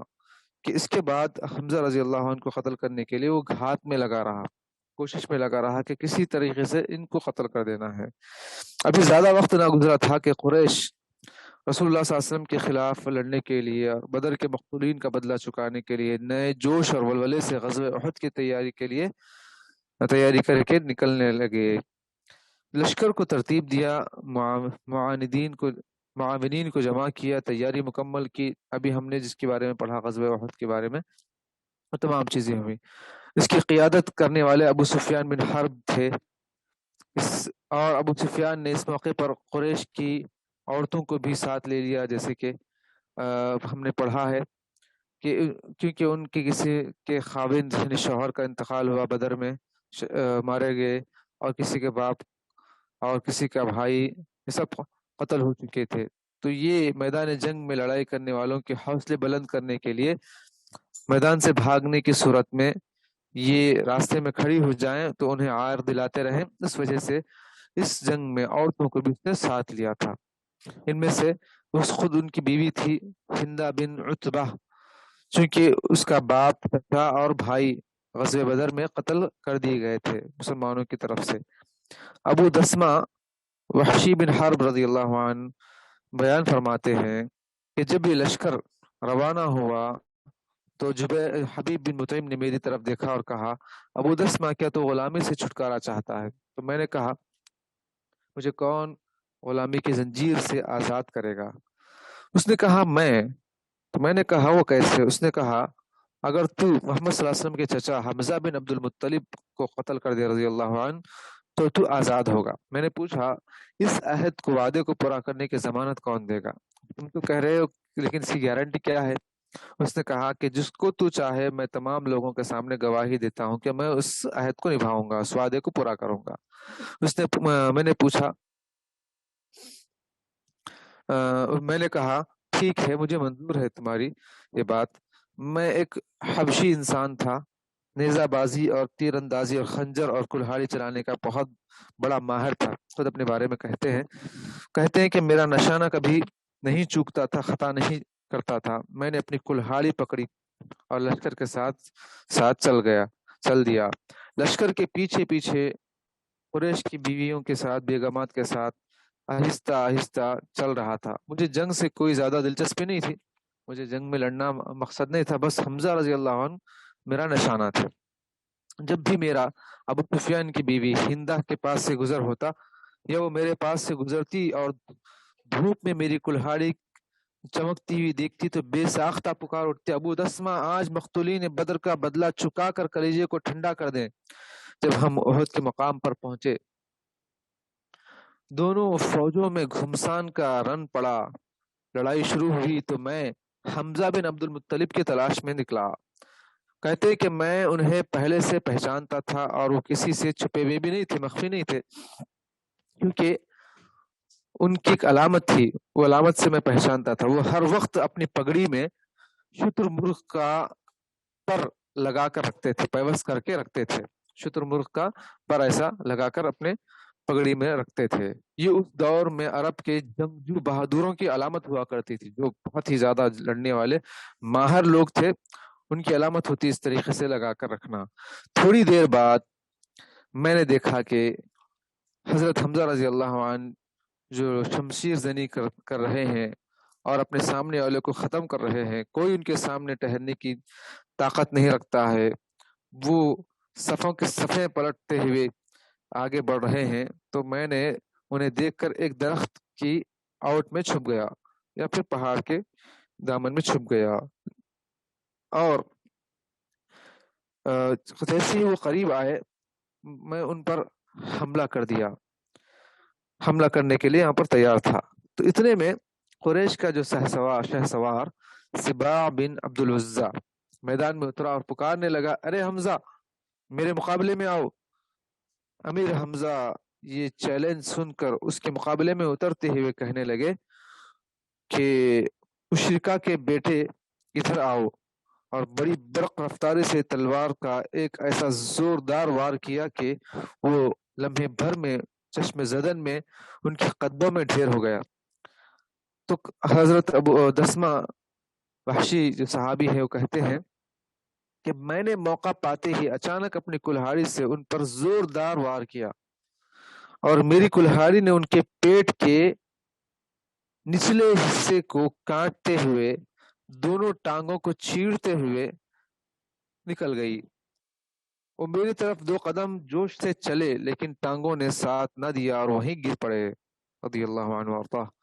کلہاڑی ان کے جسم میں لگی ہوئی تھی، پیوست تھی. جب مجھے یقین ہو گیا کہ وہ فوت ہو چکے ہیں، وہیں پر ان کی روح قبض ہو گئی، قفص عنصری سے نکل گئی، قفص عنصری سے. تو میں نے ان کی لاش کے پاس آیا اور کلہاڑی نکالی اور خیموں میں جا کر بیٹھ گیا، کیونکہ مجھے اس سے زیادہ لڑائی میں دلچسپی نہ تھی. میں نے تو انہیں صرف اس لالچ میں قتل کیا تھا کہ میرا مالک مجھے آزاد کر دے گا. تو اس نے مجھے شرط پر آزادی دینے کا وعدہ کیا تھا، بس اس وجہ سے میں ان کو مارا، مجھے کوئی دشمنی بھی نہیں تھی ان سے۔ پھر اس کے بعد گھمسان کا رن پڑا مسلمانوں اور کافروں کے درمیان، لڑائی کا تنور گرم ہو گیا، چیخ و پکار آسمان کو چھونے لگی، اصحاب محمد صلی اللہ علیہ وسلم لڑائی کی لپیٹ میں آ گئے، ان میں سے کافی تعداد میں شہید ہو گئے۔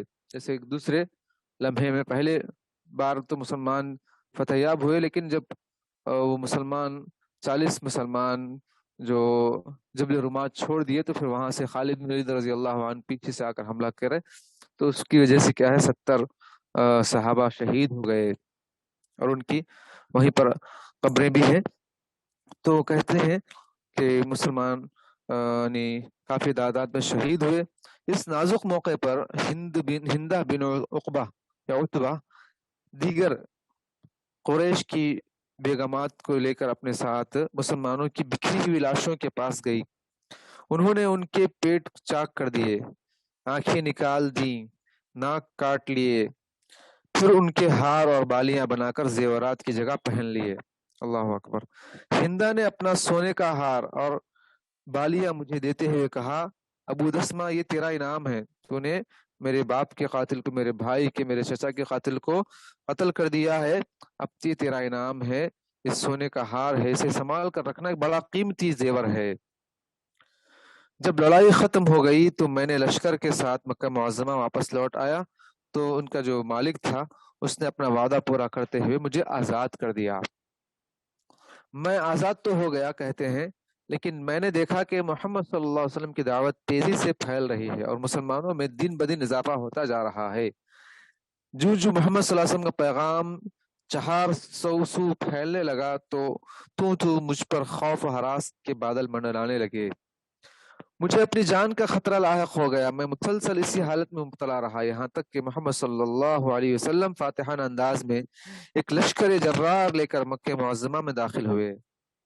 یہ منظر دیکھ کر میں امن کی تلاش میں طائف کی طرف بھاگ نکلا، لیکن تھوڑے ہی عرصے کے بعد باشندگان طائف بھی اسلام کی طرف مائل ہو گئے، انہوں نے رسول اللہ صلی اللہ علیہ وسلم سے ملاقات اور دائرہ اسلام میں داخل ہونے کا اعلان کرنے کے لیے ایک وفد تشکیل دیا۔ یہ صورتحال دیکھ کر میرے ہاتھوں کے طوطے اڑ گئے، زمین باوجود کشادگی کے مجھ پر تنگ ہو گئی، میری نجات اور گلو خلاصی کے تمام راستے بند ہوتے دکھائی دینے لگے، میں سوچنے لگا کہ اب یمن، شام یا کسی اور ملک کی طرف بھاگ جاؤں۔ بخدا میں اسی غم اور ملال میں مبتلا تھا کہ میری حالت زار دیکھ کر ایک خیر خواہ کو مجھ پر ترس آیا اور اس نے کہا، ارے وحشی بن حرب، اللہ کی قسم، محمد صلی اللہ علیہ وسلم ایسے شخص کو قتل نہیں کرتے جو کلمہ طیبہ پڑھ کر دائرہ اسلام میں داخل ہو جاتا ہے۔ اس کی بات سن کر محمد صلی اللہ علیہ وسلم کی تلاش میں مدینے کی جانب روانہ ہو گیا۔ جب میں وہاں پہنچا تو مجھے معلوم ہوا کہ آپ صلی اللہ علیہ وسلم مسجد میں تشریف فرما ہے۔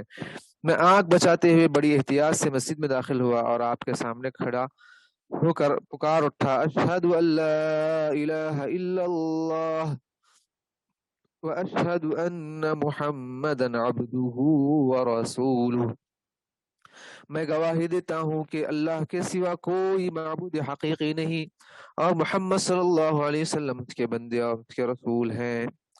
جب آپ صلی اللہ علیہ وسلم نے میری زبان سے کلمہ شہادت سنا تو اپنی نگاہیں میری طرف اٹھائی، جب مجھے دیکھا تو نظریں دوسری طرف پھیر لی اور فرمایا، تم وحشی ہو؟ تو میں نے عرض کی، ہاں یا رسول اللہ صلی اللہ علیہ وسلم۔ تو آپ صلی اللہ علیہ وسلم نے فرمایا، بیٹھو اور مجھے بتاؤ کہ امیر حمزہ کو تو نے کیسے قتل کیا تھا؟ کیونکہ اتنے بہادر تھے، ان کے سامنے کوئی ٹک نہیں سکتا تھا، لیکن تو نے ان کو کیسے قتل کیا؟ تو میں نے وہاں بیٹھ کر پورا واقعہ بیان کر دیا۔ جب میرا بیان ختم ہوا تو آپ صلی اللہ علیہ وسلم نے غصے سے اپنا چہرہ مبارک دوسری طرف پھیرتے ہوئے کہا، وحشی تم پر افسوس ہے، میری نظروں سے دور ہو جاؤ، آج کے بعد میں تجھے نہ دیکھوں۔ اس دن سے میں آپ کی نگاہوں سے ایک طرف رہنے لگا، دور رہنے لگا۔ کہتے ہیں کہ اس کے بعد جب صحابہ کرام رضی اللہ عنہم آپ کے سامنے بیٹھ جاتے تو میں آپ کے پیچھے بیٹھ جاتا کہ کہیں نبی کرم صلی اللہ علیہ وسلم کی نظر مبارک مجھ پر نصیب پر نہ پڑے اور اس طرح مجھے دیکھ کر آپ صلی اللہ علیہ وسلم کو تکلیف نہ ہو۔ میں مسلسل اسی المناک حالت میں مبتلا رہا یہاں تک کہ رسول اللہ صلی اللہ علیہ وسلم اپنے خالق حقیقی سے جا ملے۔ تو 2-3 سال بعد اللہ کے نبی صلی اللہ علیہ وسلم کا انتقال ہو گیا تھا۔ اس کے بعد پھر اپنی داستان غم بیان کرتے ہوئے وحشی بن حرب رضی اللہ عنہ نے کہا، باوجود یہ کہ میں جانتا تھا کہ اسلام پہلے تمام گناہوں کو مٹا دیتا ہے، پھر بھی وہ گھنونا جرم جس کا میں نے ارتکاب کیا تھا، وہ بڑی مصیبت جس میں مسلمانوں کو میں نے مبتلا کیا تھا، وہ میرے نہا خانہ دل سے کبھی محو نہ ہوتا، نہیں مٹتا تھا۔ اب میں شدت سے اس موقع کی تلاش میں رہنے لگا کہ اس جرم کا کفارہ ادا کر سکوں۔ تو جب رسول اللہ صلی اللہ علیہ وسلم کا انتقال ہو گیا، ابو بکر صدیق رضی اللہ عنہ امیر المؤمنین بن گئے، تو مسیلمہ کذاب کے ساتھی بنو حنیفہ مرتد ہو گئے تھے۔ تو خلیفہ اول نے مسیلمہ سے لڑنے کے لیے اس کی قوم بنو حنیفہ کو دین الہیہ کی طرف واپس لانے کے لیے لشکر تیار کیا تھا۔ تو میں نے اپنے دل میں سوچا اب موقع ہے کہ میں اپنے ارمان پورے کروں اور پچھلے سارے گناہ دھو ڈالوں۔ پھر میں لشکر اسلام کے ساتھ نکل گیا، اپنی وہی کلہاڑی ہاتھ میں لی جس کے ساتھ سید الشہداء امیر حمزہ رضی اللہ عنہ کو قتل کیا تھا۔ میں نے قسم کھائی کہ یا تو مسلمہ کو قتل کروں گا ورنہ جام شہادت نوش کروں گا، ابھی اس میں سے واپس آنا ہی نہیں ہے، یا تو وہ قتل ہو یا پھر میں اللہ کے راہ میں شہید ہو جاؤں گا۔ جب مسلمانوں نے مسلمہ اور اس کے لشکر پر گلستان موت میں زوردار حملہ کیا، دشمنان خدا کے گوشت کے ٹکڑے فضا میں اڑنے لگے، میں مسلمہ کے انتظار میں تھا۔ اسے ایک جگہ ہاتھ میں تلوار لیے کھڑا ہوا دیکھا اور ایک انصاری صحابی کو بھی دیکھا کہ وہ بھی میری طرح گھات لگائے کھڑا ہے کہ اس مسلمہ کو قتل کرے۔ تو ہم دونوں نے اس کو قتل کرنا کا ارادہ کیا، ہم دونوں اس کو قتل کرنا چاہتے تھے۔ کہتے ہیں کہ میں نے آگے بڑھ کر زور سے کلہاڑی چلائی جو اس کے بدن میں جا کر پیوست ہو گئی، لگ گئی۔ اتنے میں انصاری صحابی اس پر تلوار کا وار کیے۔ اب اللہ ہی بہتر جانتا ہے کہ ہم میں سے کس کے وار سے وہ جہنم میں داخل ہوا، واصل جہنم ہوا۔ اگر میرے وار سے قتل ہوا تو میں یہ کہنے میں حق بجانب ہوں گا کہ میں نے اپنی زندگی میں امت محمدیہ کی ایک پروقار شخصیت کو قتل کیا، یعنی حمزہ رضی اللہ عنہ کو، اور ایک بدترین خلائق شخص کو بھی تحقیق کیا۔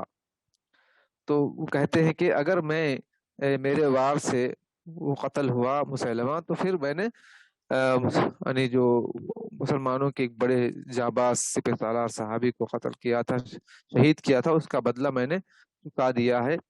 تو بہرحال یہ ان کی جو داستان تھی انہوں نے خود اپنی زبان سے بیان کی ہے، اپنا واقعہ بیان کیا اسلام لانے کا، اور اسی طریقے سے دین اسلام کے لیے کچھ کرنے کا انہوں نے جو ٹھان لیا تھا واقعہ صحابی نے پیش کیا رضی اللہ عنہ و ارضاہ۔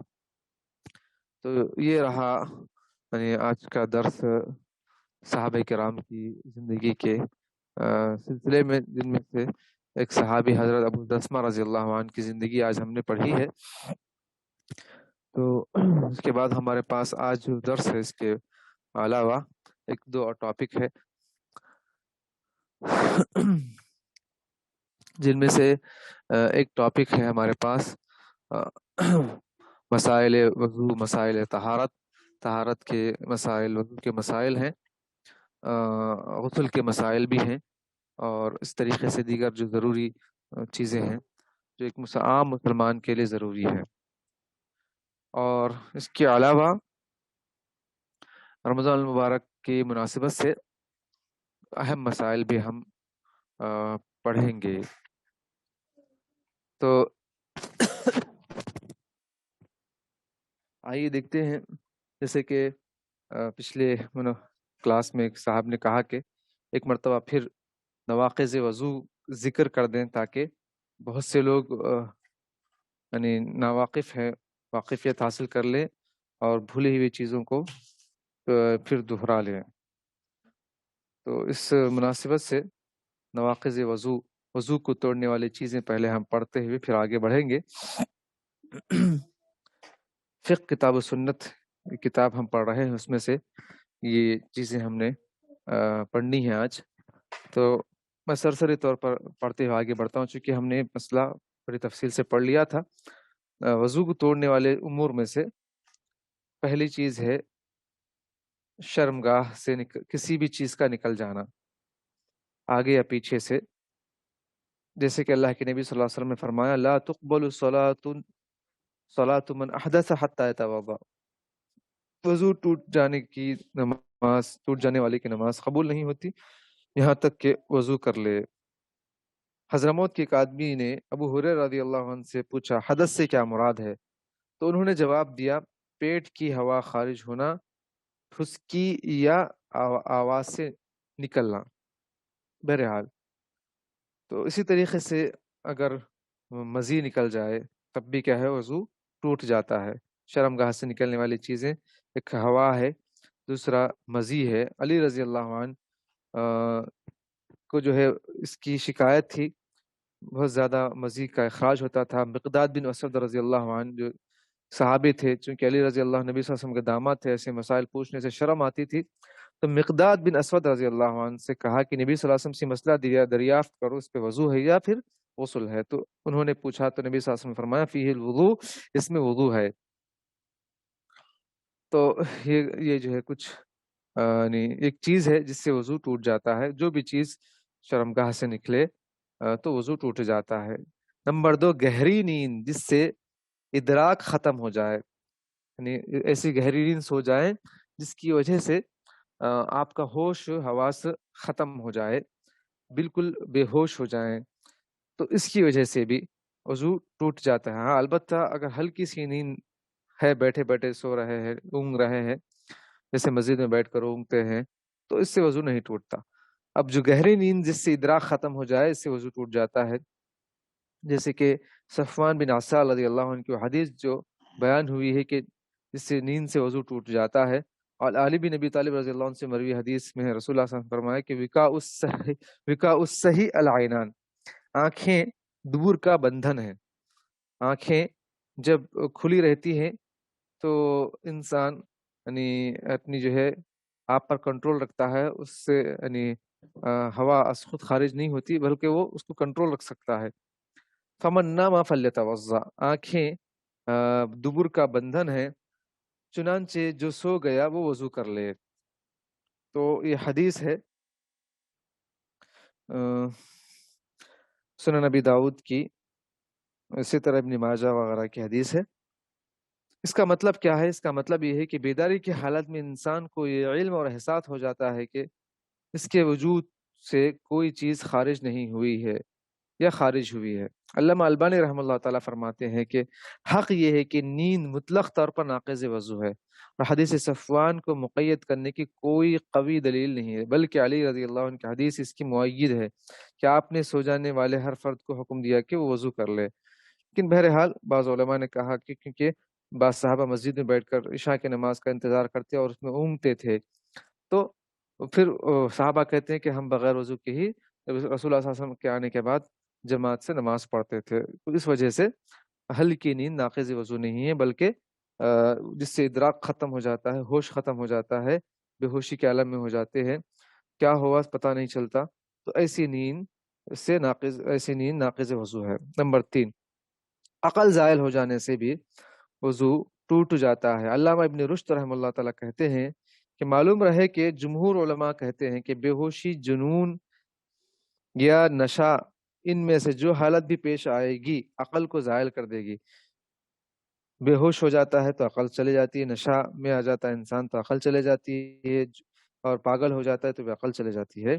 تو علماء نے ان صورتوں کو نیند پر قیاس کیا ہے کہ جس طرح نیند طبیعت کے بھاری پن کے باعث وضو ٹوٹنے کا سبب بنتی ہے، اسی طرح بلکہ اس سے بھی زیادہ عقل کا زیادہ زائل ہونا وضو ٹوٹنے کا سبب ہے۔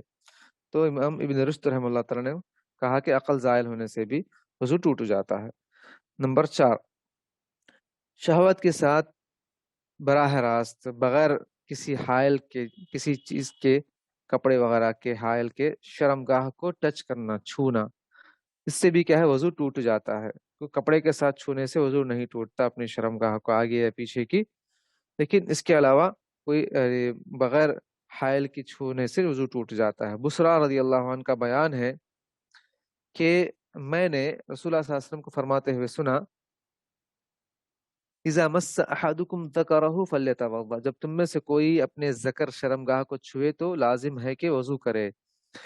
طلق بن علی رضی اللہ عنہ سے مروی ہے کہ ہم رسول اللہ صلی اللہ علیہ وسلم کی خدمت میں حاضر ہوئے جبکہ آپ کے پاس ایک شیخ بیٹھا تھا جو بدوی معلوم ہوتا تھا. اس نے کہا، اللہ کے رسول صلی اللہ علیہ وسلم، آدمی وضو کر لینے کے بعد نماز میں اپنے شرمگاہ کو چھو لے، اس کے بارے میں آپ کیا فرماتے ہیں؟ تو آپ نے فرمایا، حل ہوا الا بضعۃ منک، وہ تمہارے جسم ہی کا ایک حصہ ہے، اس سے کیسے ٹوٹتا ہے وضو؟ تو اس میں یہ فرمایا. علامہ البانی رحمۃ اللہ تعالیٰ لکھتے ہیں کہ آپ صلی اللہ علیہ وسلم کا یہ فرمانا ہے کہ جسم، یہ تیرے جسم کا ایک ٹکڑا یا حصہ ہے، اس میں بڑا لطیف اشارہ ہے کہ ایسا چھونا جس سے وضو لازم نہیں آتا وہی ہے جس میں شہوت کا عنصر نہ ہو، کیونکہ اسی حالت میں اسے جسم کی کسی دوسرے حصے سے تشبیہ دی جا سکتی ہے. اس کے برعکس جب چھونا شہوت کے ساتھ ہو تو اسے جسم کے کسی عضو سے تشبیہ نہیں دی جا سکتی، کیونکہ دیگر اعضاء میں عموماً شہوت نہیں ہوتی. یہ بالکل واضح بات ہے. اس لحاظ سے یہ حدیث علماء احناف کی دلیل نہیں بن سکتی جو کہتے ہیں کہ مس ذکر سے وضو نہیں ٹوٹتا، بلکہ یہ ان لوگوں کی دلیل ہے جو کہتے ہیں کہ بلا شہوت اگر ہاتھ لگائے تو وضو نہیں ٹوٹتا اور شہوت کے ساتھ چھوئے تو وضو ٹوٹ جاتا ہے. اس کی دلیل بسرا بن صفوان کی حدیث ہے، اور یہی ان دونوں حدیثوں کو جمع و تطبیق ہے. لیکن اس کے علاوہ جو بعض علماء کرام نے یہ کہا کہ نہیں، بلکہ جو ہے اذا مس احدکم فلیتوضا، جو بسرا بن صفوان والی حدیث ہے، اور اس کو ہم راجح مانیں گے، یہ مرجوح مانیں گے. کچھ وجوہات ہیں، کیونکہ پہلا حکم یہ تھا حل ہوا الا بضعۃ منک، اس کے بعد یہ اسلام بعد میں قبول کیا اور انہوں نے سوال بعد میں کیا، تو آخری حکم یہ تھا اذا مس احدکم فلیتوضا فلیتوضا کا. اسی لیے یہ جو ہے قابل ترجیح حدیث ہے. اور اس کو انہوں نے جمع کر دیا اور کہا کہ جو ہے حائل کے ساتھ اگر چھونے سے نہیں ٹوٹتا، بغیر حائل کے چھونے سے ٹوٹ جاتا ہے. نمبر 5 جس سے وضو ٹوٹ جاتا ہے وہ ہے اونٹ کا گوشت کھانے سے. برا بن عازب رضی اللہ عنہ سے حدیث مروی ہے کہ رسول اللہ صلی اللہ علیہ وسلم سے پوچھا گیا کہ کیا اونٹ کا گوشت کھانے کے بعد وضو کیا جائے؟ تو آپ نے فرمایا صلی اللہ علیہ وسلم نے، توضؤوا منها وسئل عن لحوم الغنم فقال لا توضؤوا منها، ہاں اونٹ کا گوشت کھانے کے بعد وضو کرو. اور بکری کے گوشت کی نسبت پوچھا گیا تو فرمایا بکری کا گوشت کھانے کے بعد وضو نہ کرو. اسی طرح جابر بن سمرہ رضی اللہ عنہ کی حدیث میں ہے کہ ایک شخص نے رسول اللہ صلی اللہ علیہ وسلم سے پوچھا کہ کیا میں بکری کا گوشت کھانے کے بعد وضو کروں؟ تو آپ نے صلی اللہ علیہ وسلم نے فرمایا، اذا شئت فتوضا، اگر چاہو تو کر لو، وان شئت فلا، اگر نہ چاہو تو نہ کرو. فلا توضا قال اتوضا من لحوم الابل، پھر آپ نے فرمایا کہ اس نے پوچھا کہ کیا اونٹ کا گوشت کھانے کے بعد وضو کروں؟ تو فرمایا آپ صلی اللہ علیہ وسلم نے، نعم فتوضا من لحوم الابل، ہاں اونٹ کا گوشت کھانے کے بعد وضو کرو. تو یہ وہ مواقع ہے، یہ وہ چیزیں ہیں جس کی وجہ سے وضو ٹوٹ جاتا ہے. 5 چیزیں ہیں یہاں پر جو ہم نے پڑھا ہے کہ شرمگاہ کو کسی آگے شرمگاہ سے کسی چیز کا نکل جانا. نمبر 2 گہری نیند کا سو جانا جس سے ادراک ختم ہو جائے. نمبر 3 عقل زائل ہو جانا. نمبر 4 شہوت کے ساتھ براہ راست بغیر حائل کے شرمگاہ کو چھونا. نمبر 5 اونٹ کا گوشت کھانے سے بھی وضو ٹوٹ جاتا ہے. تو یہ ایک سوال آیا تھا کہ جو ہے آئندہ درس میں اس کو تفصیل سے بیان کرے، تو میں نے اسی لیے کچھ تفصیل سے بیان کیا وضو کے متعلق. اور اس کے علاوہ غسل کے متعلق ہم پڑھ رہے تھے، غسل کا طریقہ پڑھ چکے تھے. غسل اب اس کے بعد اس کی اور بھی کچھ تفصیلیں پڑھنا تھا کہ مسنون غسل کیا ہے، اور بھی جو ہے کن کن چیزوں کے لیے غسل کرنا چاہیے، تمام چیزیں. تو آج غسل کی تمام تفصیلات میں پڑھنے کی کوشش کریں گے جہاں تک ہو سکے انشاءاللہ. تو غسل کب واجب ہوتا ہے؟ تو غسل سوتے یا جاگتے ہوئے مادہ منویہ خارج ہو جائے تو واجب ہو جاتا ہے، اور اس کی دلیل ہم پچھلے پڑھ چکے تھے. اور اس کے بعد دخول پر بھی غسل واجب ہے چاہے انزال نہ ہو. اور غسل میں یعنی جو خاص طریقہ ہے نہانے کا، جو آگے انشاءاللہ ہم پڑھیں گے، اس طریقے سے غسل کرنا پڑتا ہے. ضروری ہے، اس کے بغیر آپ نماز نہیں پڑھ سکتے، قرآن نہیں پڑھ سکتے، نہیں چھو سکتے. تو یہ چیزیں ہیں.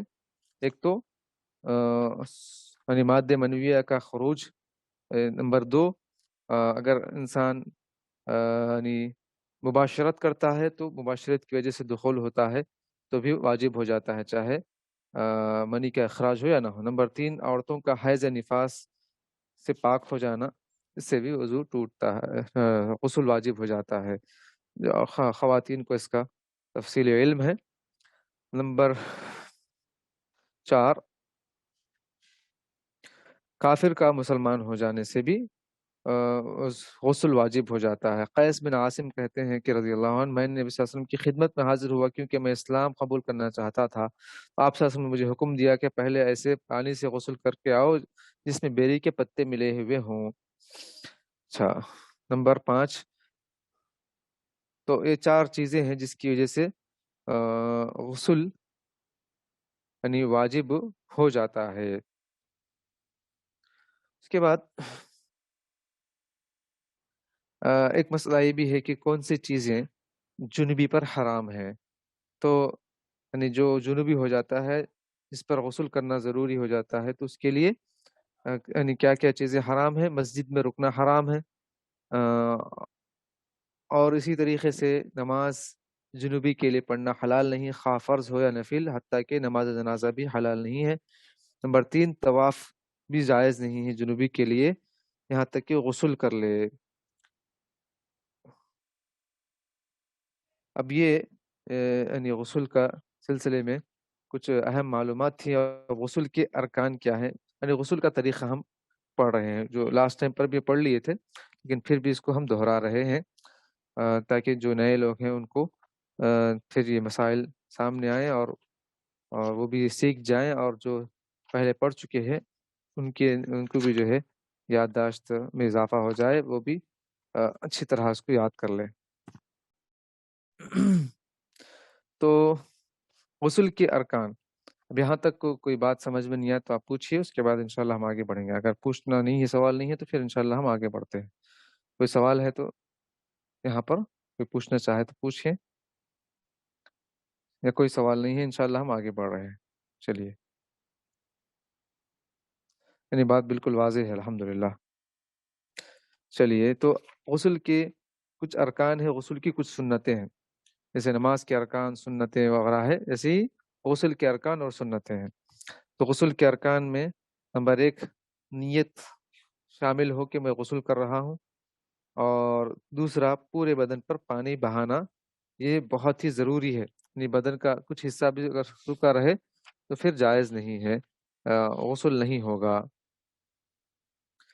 اچھا، یہ 2 چیزیں ہوئی، پورے بدن پر پانی بہانا ضروری ہے، بھیگ جانا ضروری ہے۔ اچھا، اس کے بعد غسل کی سنت ہے۔ اب مکمل طریقہ غسل کا اللہ کے نبی صلی اللہ علیہ وسلم کا کیسا تھا وہ دیکھتے ہیں۔ نمبر 1، 3 بار ہاتھ دھو لینا پہلے، اس کے بعد شرمگاہ دھو لینا، اس کے بعد نماز کی طرح مکمل وضو کر لے۔ یہ بھی جائز ہے کہ پاؤں دھونا مؤخر کرے اور غسل مکمل کر کے پاؤں دھوئے، یا پھر شروع میں بھی پاؤں دھو سکتے ہیں۔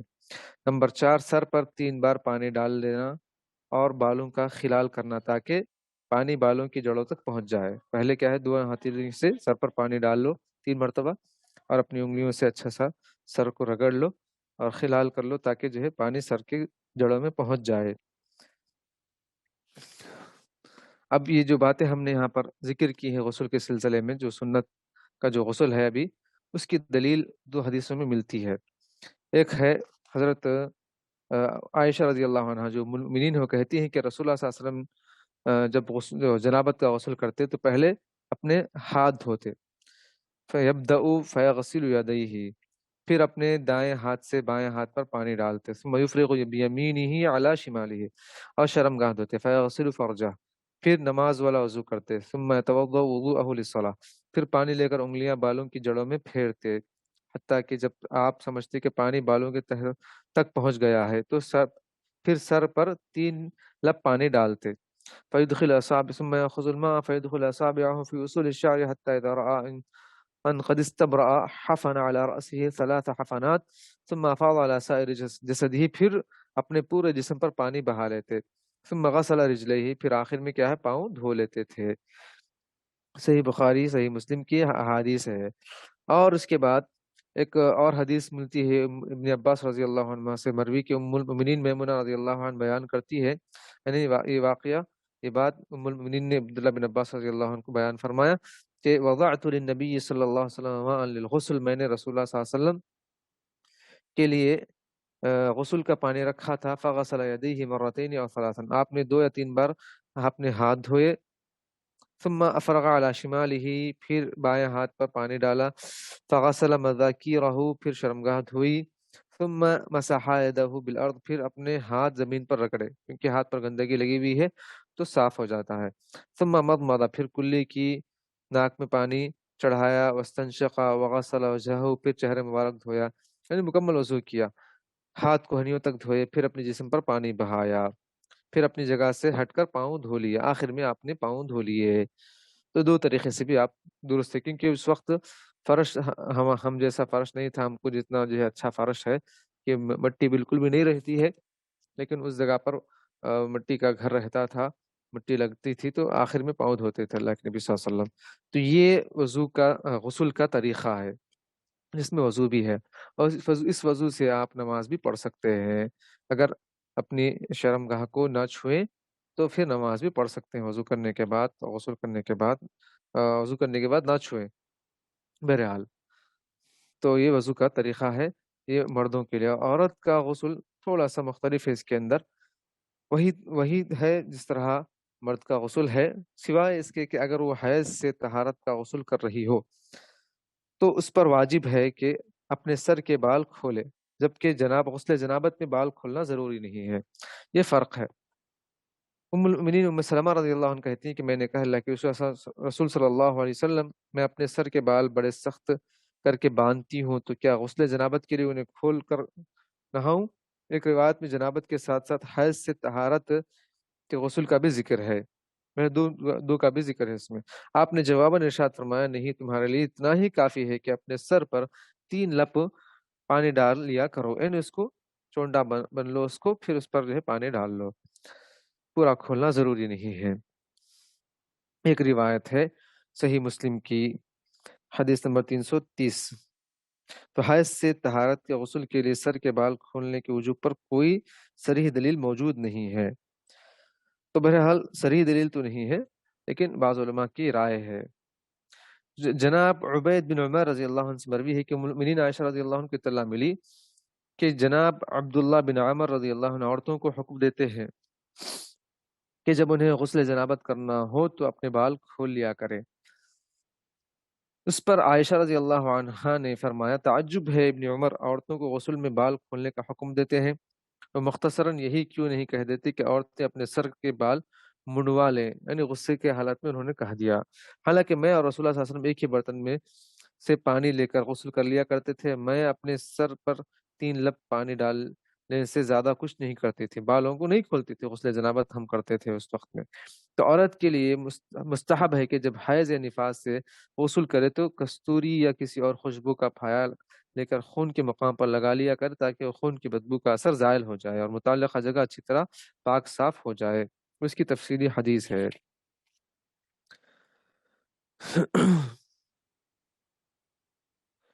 تو یہ غسل کا، عورت کے غسل کا طریقہ ہے جو آپ نے سماعت کیا ہے۔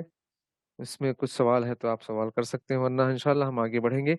مسنون غسل کے مواقع، اب کب کب ہمیں غسل کرنا سنت سے ثابت ہے، کب کس موقع پر ہمیں غسل کرنا چاہیے، غسل ثابت ہے، تو یہ ایک مسئلہ ہے۔ تو سب سے پہلے جمعے کے لیے غسل کرنا مسنون ہے، جمعے کے لیے غسل کرنا سنت ہے، تو پہلی چیز ہوئی۔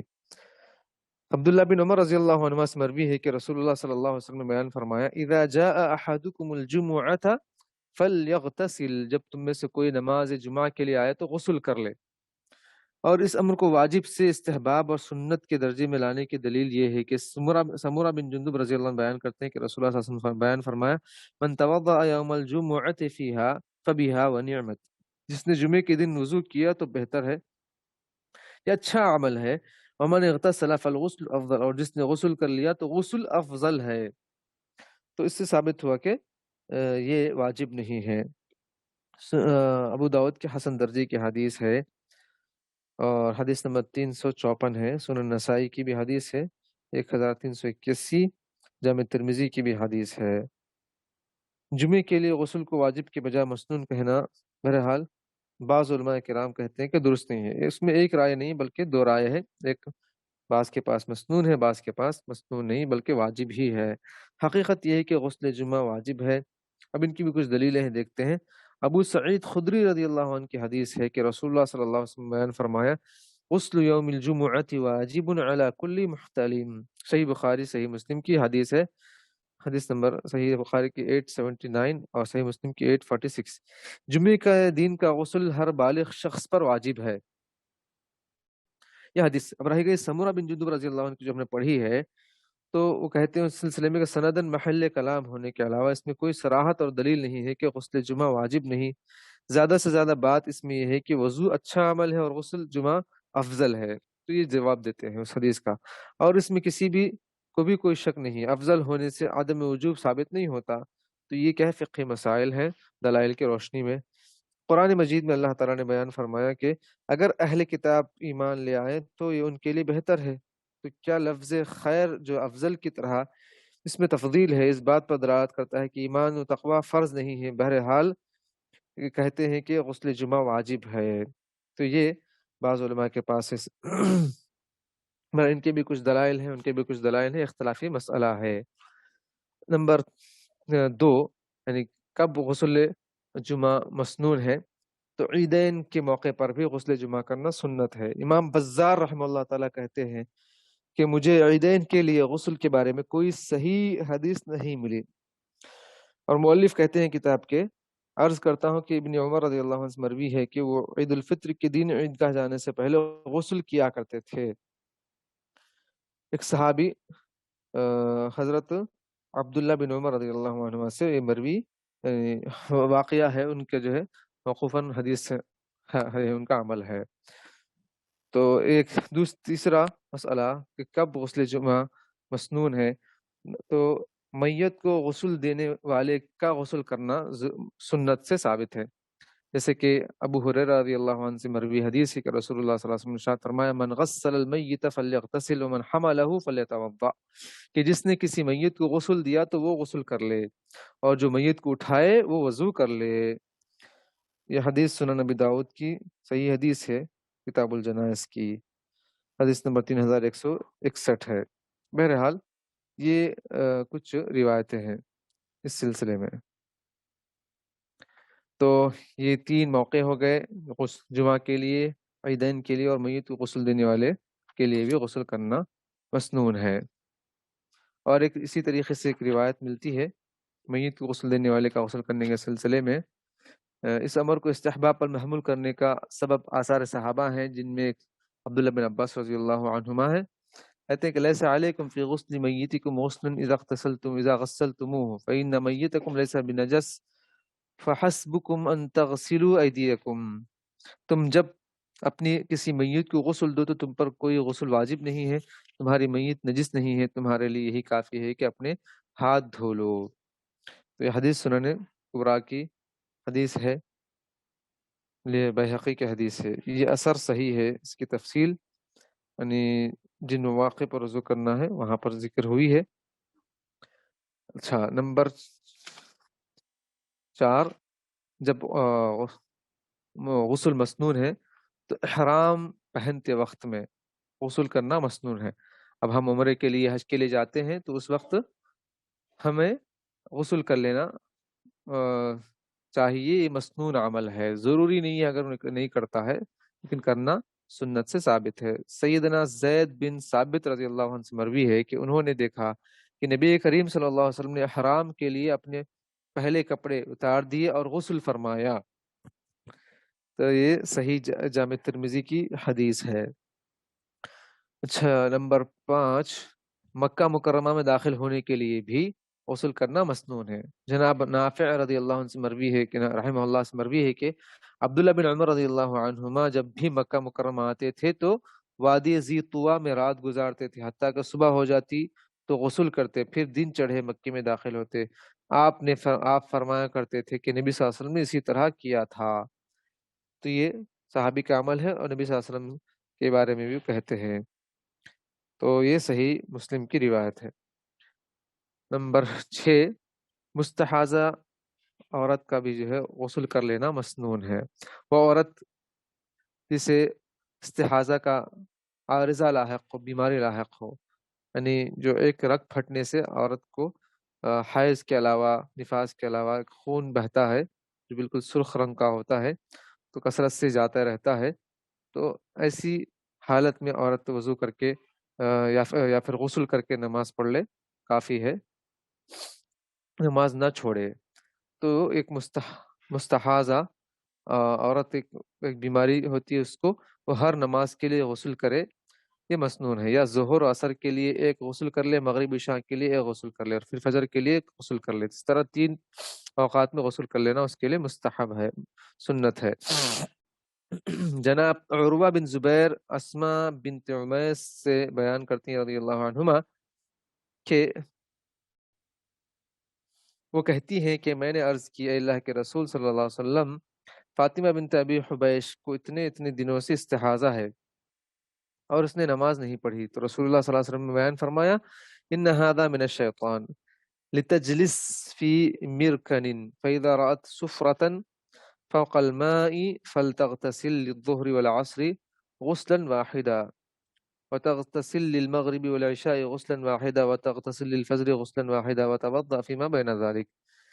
تو اللہ کے نبی صلی اللہ علیہ وسلم نے بیان فرمایا کہ سنن نبی داؤد کی حدیث میں کہ یہ شیطان کی طرف سے ہے، اسے چاہیے کہ لگن میں بیٹھے اور اگر دیکھے کہ پانی پر زردی غالب ہے تو اسے چاہیے کہ ظہر اور عصر کے لیے ایک غسل کر لے اور مغرب اور عشاء کے لیے ایک غسل کر لے اور پھر فجر کے لیے غسل کرے الگ، تو ان کے درمیانی وقت کے لیے وضو کر لیا کرے، اگر نماز پڑھنا ہے تو اس کے لیے وضو کر لے۔ تو 3 اوقات میں غسل کرنے کا حکم دیا، تو یہ کیا ہے؟ مستحب عمل ہے۔ اسی طرح بے ہوشی سے ہوش آنے پر بھی غسل کر لینا مستحب ہے۔ نمبر 7، بے ہوشی سے ہوش آنے پر بھی ام المؤمنین عائشہ رضی اللہ عنہ بیان کرتی ہیں کہ رسول اللہ صلی اللہ علیہ وسلم پر غشی طاری ہوئی تو آپ افاقہ ہونے پر دریافت فرمایا، اصلی الناس فقلنا لا یا رسول اللہ وهم منتظرونک، کیا لوگوں نے نماز پڑھ لی؟ تو ہم نے عرض کیا نہیں اللہ کے رسول صلی اللہ علیہ وسلم، تو وہ آپ کا انتظار کر رہے ہیں۔ قال ضعوا لي ماء في المخضب، فرمایا کہ میرے لیے ٹب میں پانی رکھو۔ قالت ففعلنا، ہم نے ایسا ہی کیا۔ فاغتسل فذهب لينوء فاغمي عليه ثم افاق، آپ صلی اللہ علیہ وسلم نے غسل فرمایا، پھر اٹھنا چاہا مگر بے ہوشی طاری ہو گئے، پھر افاقہ ہوا تو پوچھا اصلی الناس فقلنا لا، کیا لوگوں نے نماز پڑھی؟ تو ہم نے کہا نہیں اللہ کے رسول صلی اللہ علیہ وسلم، وہ آپ کا انتظار کر رہے ہیں۔ تو قاضعوا لی ماء فی المخزب، پھر آپ صلی اللہ علیہ وسلم نے کہا کہ میرے لیے ٹب میں پانی رکھو، پھر آپ نے غسل کیا، پھر اٹھنے لگے۔ تو قالت کہتی ہیں فقعد، بیٹھ گئے، فاغتسل ثم ذهب لينوء فاغمي عليه ثم افاق، پھر بے ہوشی طاری ہو گئے، پھر افاقہ ہو گیا، پھر پوچھا اصلی الناس قلنا لا قال هم منتظرونك یا رسول اللہ، پھر ہم نے کہا نہیں اللہ کے رسول صلی اللہ علیہ وسلم وہ آپ کا انتظار کر رہے ہیں۔ تو اس حدیث سے معلوم ہوتا ہے کہ اگر بے ہوشی سے ہوش کے آنے پر بھی غسل کر لینا مستحب ہے۔ اچھا، اس کے بعد کسی مشرک کو دفن کرنے پر بھی غسل کر لینا مستحب ہے۔ نمبر 8، سیدنا علی رضی اللہ عنہ سے مروی ہے کہ نبی صلی اللہ علیہ وسلم کے پاس آئے اور خبر دی کہ ابو طالب فوت ہو گئے، تو آپ صلی اللہ علیہ وسلم فرمایا اذهب فوارہ، جاؤ انہیں مٹی میں دبا دو، کیونکہ وہ باپ تھے علی رضی اللہ عنہ کے، ان سے کہا کہ جاؤ ان کو مٹی میں دبا دو۔ علی رضی اللہ عنہ نے کہا مشرک مرے، انہ مات مشرکا، قال اذهب فوارہ، فرمایا کہ جاؤ ان کو مٹی میں دبا آؤ۔ پھر ہا فلما وارثه رجعت الیہ قال فقال لی اغتسل، جب میں دفن کر کے واپس آیا تو آپ صلی اللہ علیہ وسلم نے مجھ سے حکم دیا مجھے کہ غسل کر لو۔ تو سنن نبی داؤد کی کتاب الجنائز کی یہ حدیث ہے 3214۔ اس کے بعد 9واں مسئلہ جس وقت غسل کرنا مستحب ہے وہ ہے ہر ہم بستری کے بعد، ایک مرتبہ ہم بستری کی تو پھر دوبارہ کرنا چاہتے ہیں تب بھی، یہ بھی کیا ہے؟ مسنون ہے، ضروری نہیں ہے، مسنون ہے۔ ابو رافع رضی اللہ عنہ سے مروی ہے کہ ایک رات نبی صلی اللہ علیہ وسلم نے اپنے سب ازواج مطہرات کے پاس گئے اور ہر ایک کے یہاں غسل فرمایا صلی اللہ علیہ وسلم۔ کہتے ہیں کہ میں نے عرض کی، اے اللہ کے رسول صلی اللہ علیہ وسلم، آپ نے ایک ہی غسل کیوں نہ کر لیا؟ تو آپ نے فرمایا، ھذا ازکا و اطیب و اطہر، یہ بہت بہتر، بہت عمدہ اور زیادہ پاکیزگی کا باعث ہے غسل کر لینا۔ سنن نبی داؤد کی اور ابن ماجہ کی حدیث ہے۔ اور ایک ہی یعنی اس سے ایک ہی غسل بھی کر لینا یہ بھی درست ہے، ایسا بھی جو ہے درست ہے۔ ایک ہی غسل کے ساتھ زیادہ بیویوں سے مباشرت کرنا، ایسا کرنا جائز ہے، لیکن الگ الگ غسل کرنا مستحب اور اولیٰ ہے، جیسے کہ بھی ہم نے یہ دلائل دیکھے ہیں۔ اور اس کے ساتھ غسل کی چند فروعات بھی ہیں۔ مردوں کے لیے جائز ہے کہ گھر سے باہر حمام میں باپردہ ہو کر اور چادر باندھ کر غسل کر لیں۔ مردوں کے برعکس عورتوں کا حمام میں جانا حرام ہے۔ جابر رضی اللہ عنہ سے مروی ہے کہ نبی صلی اللہ علیہ وسلم فرمایا، من کان یؤمن باللہ والیوم الآخر فلا يدخل الحمام الا بمئزر ومن کان یؤمن باللہ والیوم الآخر فلا يدخل حلیلتہ الحمام۔ جو شخص اللہ اس کے رسول صلی اللہ علیہ وسلم اور اللہ اور روز قیامت پر ایمان رکھتا ہے، وہ چاہے وہ چادر باندھے بغیر حمام میں داخل نہ ہو، اور جو شخص اللہ اور اس کے رسول صلی اللہ علیہ وسلم اللہ اور روز آخرت پر ایمان رکھتا ہے، وہ اپنی بیوی کو حمام میں نہ لے جائے۔ تو یہ مسئلہ ہے۔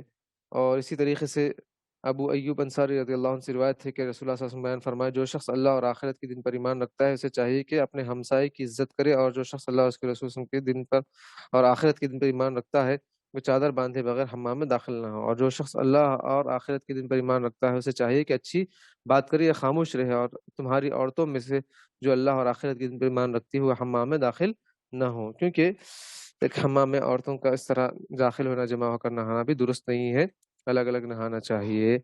اور البتہ مرد حضرات چادر باندھ کر ایک حمام میں، یعنی بڑے بڑے حمام ہوتے تھے اس زمانے میں گرم پانی کے، تو اس ایک ساتھ نہا سکتے ہیں پانی لے کر۔ تو اب کی جو چھوٹے چھوٹے حمام نے، بڑے بڑے حمام ہوتے تھے، تو یعنی اپنی بیوی کو اپنے ساتھ نہ لے جائے، یا کہ عورت ان کے ساتھ نہ رہے، اور بالکل مکمل پردے میں نہائے۔ اس موضوع پر اور بھی مرویات ہیں جو ابن عباس رضی اللہ عنہ، خصوصیہ کی افواج کے خطیب ابو الملیح حذلی اور صاحب سے مروی ہے ان کی، اور یہ جو ہے ایک مسئلہ رہا۔ اور وضو غسل میں داخل ہے، یہ بھی ایک مسئلہ ہے۔ وضو اگر آپ کر لیے غسل کے ساتھ، تو یہ بھی کہ کافی ہے دوسری نماز پڑھنے کے لیے۔ جابر بن عبداللہ رضی اللہ عنہ سے مروی ہے کہ اہل طائف نے نبی صلی اللہ علیہ وسلم سے دریافت کیا کہ ہماری سرزمین بہت ٹھنڈی ہے، لہٰذا ہمیں غسل جنابت کس قدر کافی ہے؟ تو آپ صلی اللہ علیہ وسلم فرمایا کہ اما انا فافرغ علی رأسی ثلاثا، میں تو سر پر 3 لپ پانی ڈالتا ہوں۔ ام المؤمنین عائشہ رضی اللہ عنہ فرماتی ہیں کہ رسول اللہ صلی اللہ علیہ وسلم غسل کے بعد وضو نہیں کرتے تھے۔ تو امام البانی رحمہ اللہ تعالیٰ جو محدث ہے فرماتے ہیں کہ ان دونوں حدیثوں سے ثابت ہوا کہ آپ صلی اللہ علیہ وسلم اس غسل کے بعد نماز پڑھ لیا کرتے تھے جس کے شروع میں آپ نے وضو نہیں کیا ہوتا تھا، اور نہ غسل کے بعد ہی۔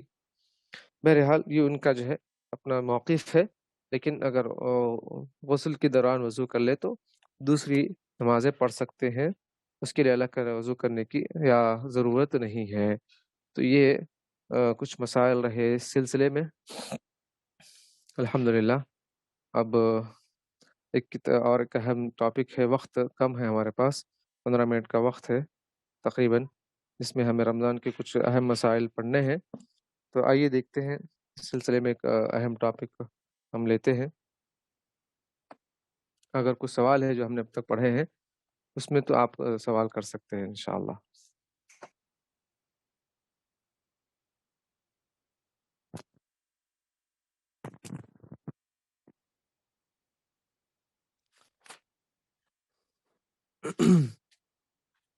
تو اس سے پہلے کچھ مسائل پڑھے تھے ہم لوگ کہ روزہ کس سے ٹوٹتا ہے،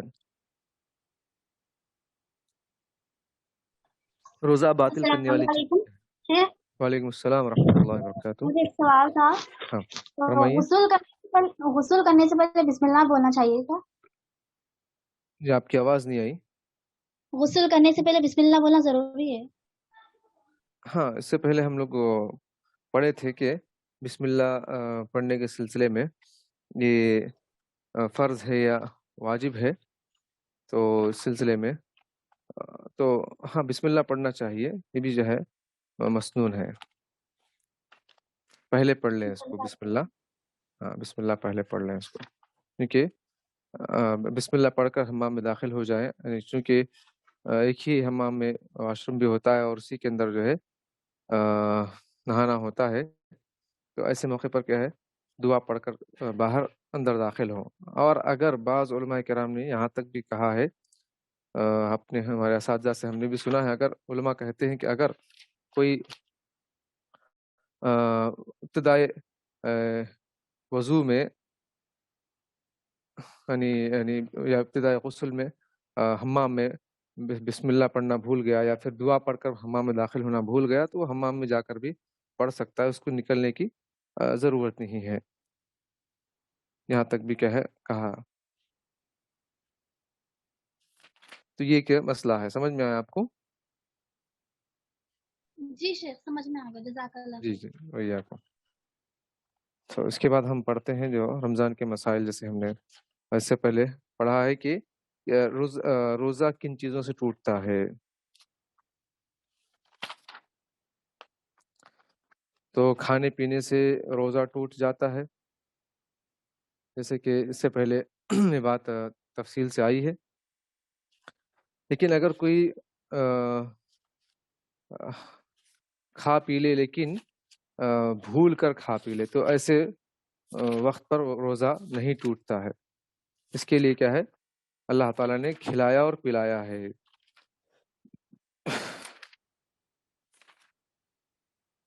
اگر کوئی بھول کر کھا پی لے تو روزہ نہیں ٹوٹتا ہے۔ فإنما طعمه الله وسقاه۔ اگر کوئی بھول کر ہم بستری کر بیٹھے تو ایسے وقت میں کیا روزہ ٹوٹتا ہے یا نہیں ہے، یا اس پر کفارہ ہے نہیں ہے، یہ مسئلہ بھی ہم پڑھ لیے تھے۔ تو اس پر جمہور کہتے ہیں کہ کوئی کفارہ نہیں ہے، انہوں نے ہم بستری کو بھی کھانے پینے کے ساتھ ملا لیا ہے، اور حدیث کی تائید کرتی ہے من افطر فی رمضان ناسیا فلا قضاء علیہ ولا کفارہ۔ اگر کوئی بھول کر رمضان میں روزہ کھول لے تو اس پر قضا اور کفارہ نہیں ہے، یہ جمہور کا مسلک ہے۔ امام احمد رحمۃ اللہ تعالیٰ کہتے ہیں کہ اس پر کفارہ لازم ہے، ان کی دلیل ایک حدیث ہے کہ آدمی نے آپ صلی اللہ علیہ وسلم سے یہ نہیں پوچھا کہ آیا اس نے بھول کر آپ صلی اللہ علیہ وسلم نے اس سے یہ نہیں پوچھا کہ اس نے بھول کر ہم بستری کی یا جان بوجھ کر، چونکہ اس نے آ کر کہا اللہ کے رسول صلی اللہ علیہ وسلم میں نے رمضان میں اس طرح کیا تھا۔ بہرحال اس سے کہتے ہیں کہ جو ہے نبی صلی اللہ علیہ وسلم نے کفارہ اس پر لازم کیا تھا، سوال نہیں کیا کہ بھول کر کے روزہ ٹوٹ اس طرح کیے یا پھر جان بوجھ کر کیے۔ تو امام احمد رحمۃ اللہ تعالیٰ کا قول ہے۔ امام ابن حجر کہتے ہیں کہ انہوں نے جمہور کی موقف کی تائید کی ہے، اور یہ ایک مسئلہ ہوا۔ بہرحال کفارہ جمہور کے نزدیک نہیں ہے، البتہ امام احمد رحمۃ اللہ کے نزدیک کفارہ ہے۔ اور صوم وصال حرام ہے، جائز نہیں ہے۔ صوم وصال یعنی ایک ہی سحری سے کہے 2-3 روزے ایک ساتھ رکھ لینا، یہ نبی صلی اللہ علیہ وسلم کے لیے جائز تھا، دوسروں کے لیے جائز نہیں ہے۔ رسول اللہ صلی اللہ علیہ وسلم نے منع فرمایا ہے، نہا رسول اللہ صلی اللہ علیہ وسلم عن الوصال۔ عبداللہ بن عمر رضی اللہ عنہ بیان فرماتے ہیں خود نبی صلی اللہ علیہ وسلم ایسا کرتے تھے، لیکن وہ آپ صلی اللہ علیہ وسلم کے ساتھ خاص تھا۔ ابو ہریرہ رضی اللہ عنہ کہتے ہیں کہ وَأَيُّكُمْ مِثْلِي إِنِّي أَبِيتُ يُطْعِمُنِي رَبِّي وَيَسْقِينِي۔ تم میں سے میرے جیسا کون ہے، میں تو اس حال میں رات گزارتا ہوں کہ میرا پروردگار مجھے کھلاتا ہے اور پلاتا بھی ہے، بخاری مسلم کی حدیث میں ہے۔ تو یہ ایک مسئلہ رہا، اور ایک روایت میں ہے کہ آپ صلی اللہ علیہ وسلم نے وصال سے منع فرمایا، کیونکہ انما یفعل ذلک النصارى، یہ عمل تو صرف عیسائی کرتے ہیں۔ تو وصال سے مراد کیا ہے، آدمی ارادی طور پر جان بوجھ کر 2 یا اس سے زیادہ دن تک روزہ افطار نہ کرے، بلکہ مسلسل روزہ رکھے، نہ رات کو کچھ کھائے نہ سحری کے وقت کچھ کھائے۔ تو یہ نبی صلی اللہ علیہ وسلم کے لیے خاص تھا، دوسرے نہیں کر سکتے ہیں۔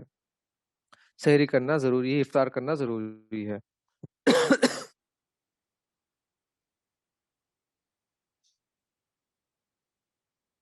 اور یہ روزے کا کفارہ کیا ہے، اگر روزہ میں جو ہے مباشرت کر لے تو کیا کفارہ ہے؟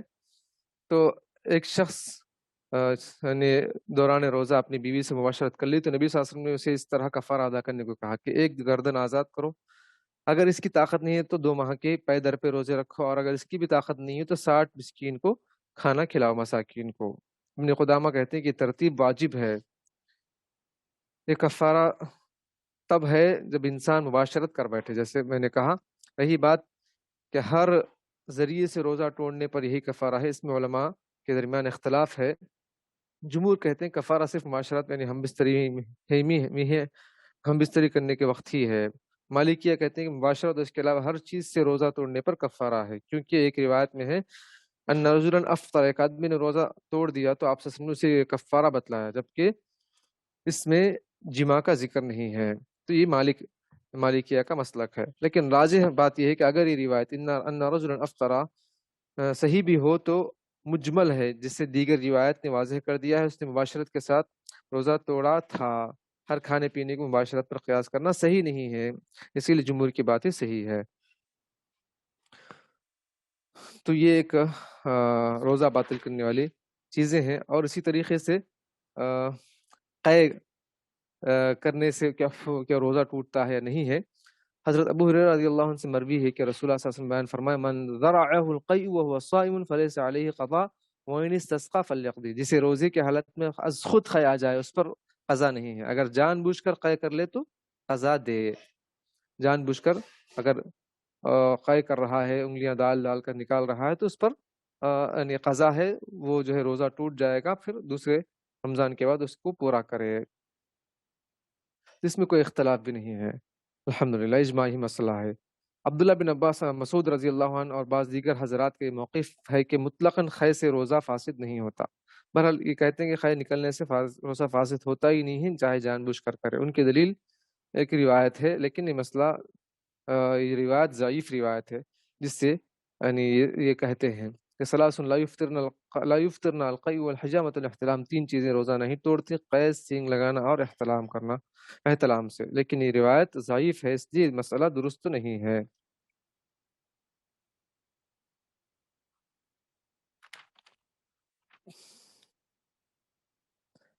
اچھا، ایک مسئلہ ہے کہ اگر ہم بستری کے علاوہ کسی اور ذریعے سے انزال ہو جائے، ہم بستری نہیں کرے، مثلا بیوی کا بوسہ لیے، جسم سے جسم ملانے یا مشت زنی ہاتھ سے جو ہے اس طرح کرنے سے کیا روزہ ٹوٹ جاتا ہے یا نہیں ہے، ایک مسئلہ ہے۔ فی الحقیقت ان افعال کے ذریعے روزہ ٹوٹ جانے کی کوئی واضح دلیل تو موجود نہیں ہے، کیونکہ اصل میں روزہ قائم ہوتا ہے اور اس وقت تک فاسد نہیں ہوتا جب تک کہ کوئی شرعی مفسد نہ پایا جائے۔ چنانچہ جب شارع علیہ السلام نے ان افعال کو روزے کے لیے مفسد قرار نہیں دیا تو ان سے روزہ نہیں ٹوٹے گا، اور مشتزنی کو جماع پر قیاس کرنا قیاس مع الفارق ہے، کیونکہ جماع اس سے اغلظ ہے۔ مزید ایک اثر بھی جو ہے اس کی تائید کرتی ہے۔ عائشہ رضی اللہ عنہ کسی نے دریافت کیا کہ روزی کی حالت میں مرد کے لیے اپنی بیوی سے کیا حلال ہے، تو انہوں نے کہا کل شیء الا الجماع، ہم بستری کے علاوہ ہر چیز حلال ہے۔ تو ابن حزم اسی کے قائل ہیں، امیر صنعانی رحمہ اللہ یہ کہتے ہیں کہ زیادہ ظاہر یہی ہے کہ قضا اور کفارہ صرف اسی پر ہے جس نے جماع اور ہم بستری کیا، اور ہم بستری نہ کرنے والے کو اس کے ساتھ ملانا دور کی بات ہے۔ امام شوکانی اور البانی بھی اسی کو ترجیح دیتے ہیں۔ تو یہ یعنی بیوی کو بوسہ دے سکتے ہیں، بیوی عورت شوہر کو بوسہ دے سکتی ہے، جائز ہے، روزہ نہیں ٹوٹتا ہے۔ اور اس کے علاوہ خواب میں یعنی منی نکل گئی تو کیا اس سے بھی روزہ وغیرہ نہیں ٹوٹتا ہے۔ بہرحال مستزنی میں جو ہے مجھے ڈاؤٹ ہے کہ جو ہے جان بوجھ کر اس نے کیا ہے تو اس سے شاید روزہ ٹوٹ جائے۔ البتہ شوہر بیوی ایک دوسرے کے جسم میں لگانے سے روزہ نہیں ٹوٹتا ہے، بوس کنار کرنے سے بھی نہیں ٹوٹتا ہے، اور وضو بھی نہیں ٹوٹتا ہے۔ دوران روزہ اگر احتلام کا حکم، جیسے ابھی میں نے کہا کہ روزہ نہیں ٹوٹتا ہے، اسی طریقے سے امام بن باز رحمہ اللہ تعالیٰ کا بھی یہی فتویٰ ہے۔ اور ایک مسئلہ ہے سینگنی لگانے سے یا پچھنے لگانے سے کیا روزہ ٹوٹتا ہے؟ تو حضرت عبداللہ بن عباس رضی اللہ عنہ سے جو مروی حدیث ہے کہ نبی صلی اللہ علیہ وسلم نے حجامہ کیا اس حال میں کہ صائم تھے، ان نبی صلی اللہ علیہ وسلم احتجم وهو صائم۔ رافع بن خدیر رضی اللہ عنہ سے مروی کے روایت میں ہے کہ نبی صلی اللہ علیہ وسلم نے افطر الحاجم والمحجوم کہا کہ پچھنے لگانے والے یعنی سینگنی لگانے والے اور لگوانے والے دونوں نے روزہ توڑ لیا، یعنی جو خون نکالتے ہیں، حجامہ جس کو کہتے ہیں ہم، تو کہ روزے کی حالت میں کرنے سے کیا ہے روزہ ٹوٹ جاتا ہے، اس روایت میں ہے، اور یہ ترمذی کی روایت ہے، اور پہلی روایت بخاری ترمذی ابو داؤد کی روایت ہے، اور دوسری روایت رافع بن خدیج کی ترمذی اور عبد الرزاق ابن خزیمہ حاکم بہقی وغیرہ کی روایت ہے۔ اس میں قوی تر احتمال یہی ہے کہ یہ اور اس طرح کی تمام روایت منسوخ ہو چکی ہیں۔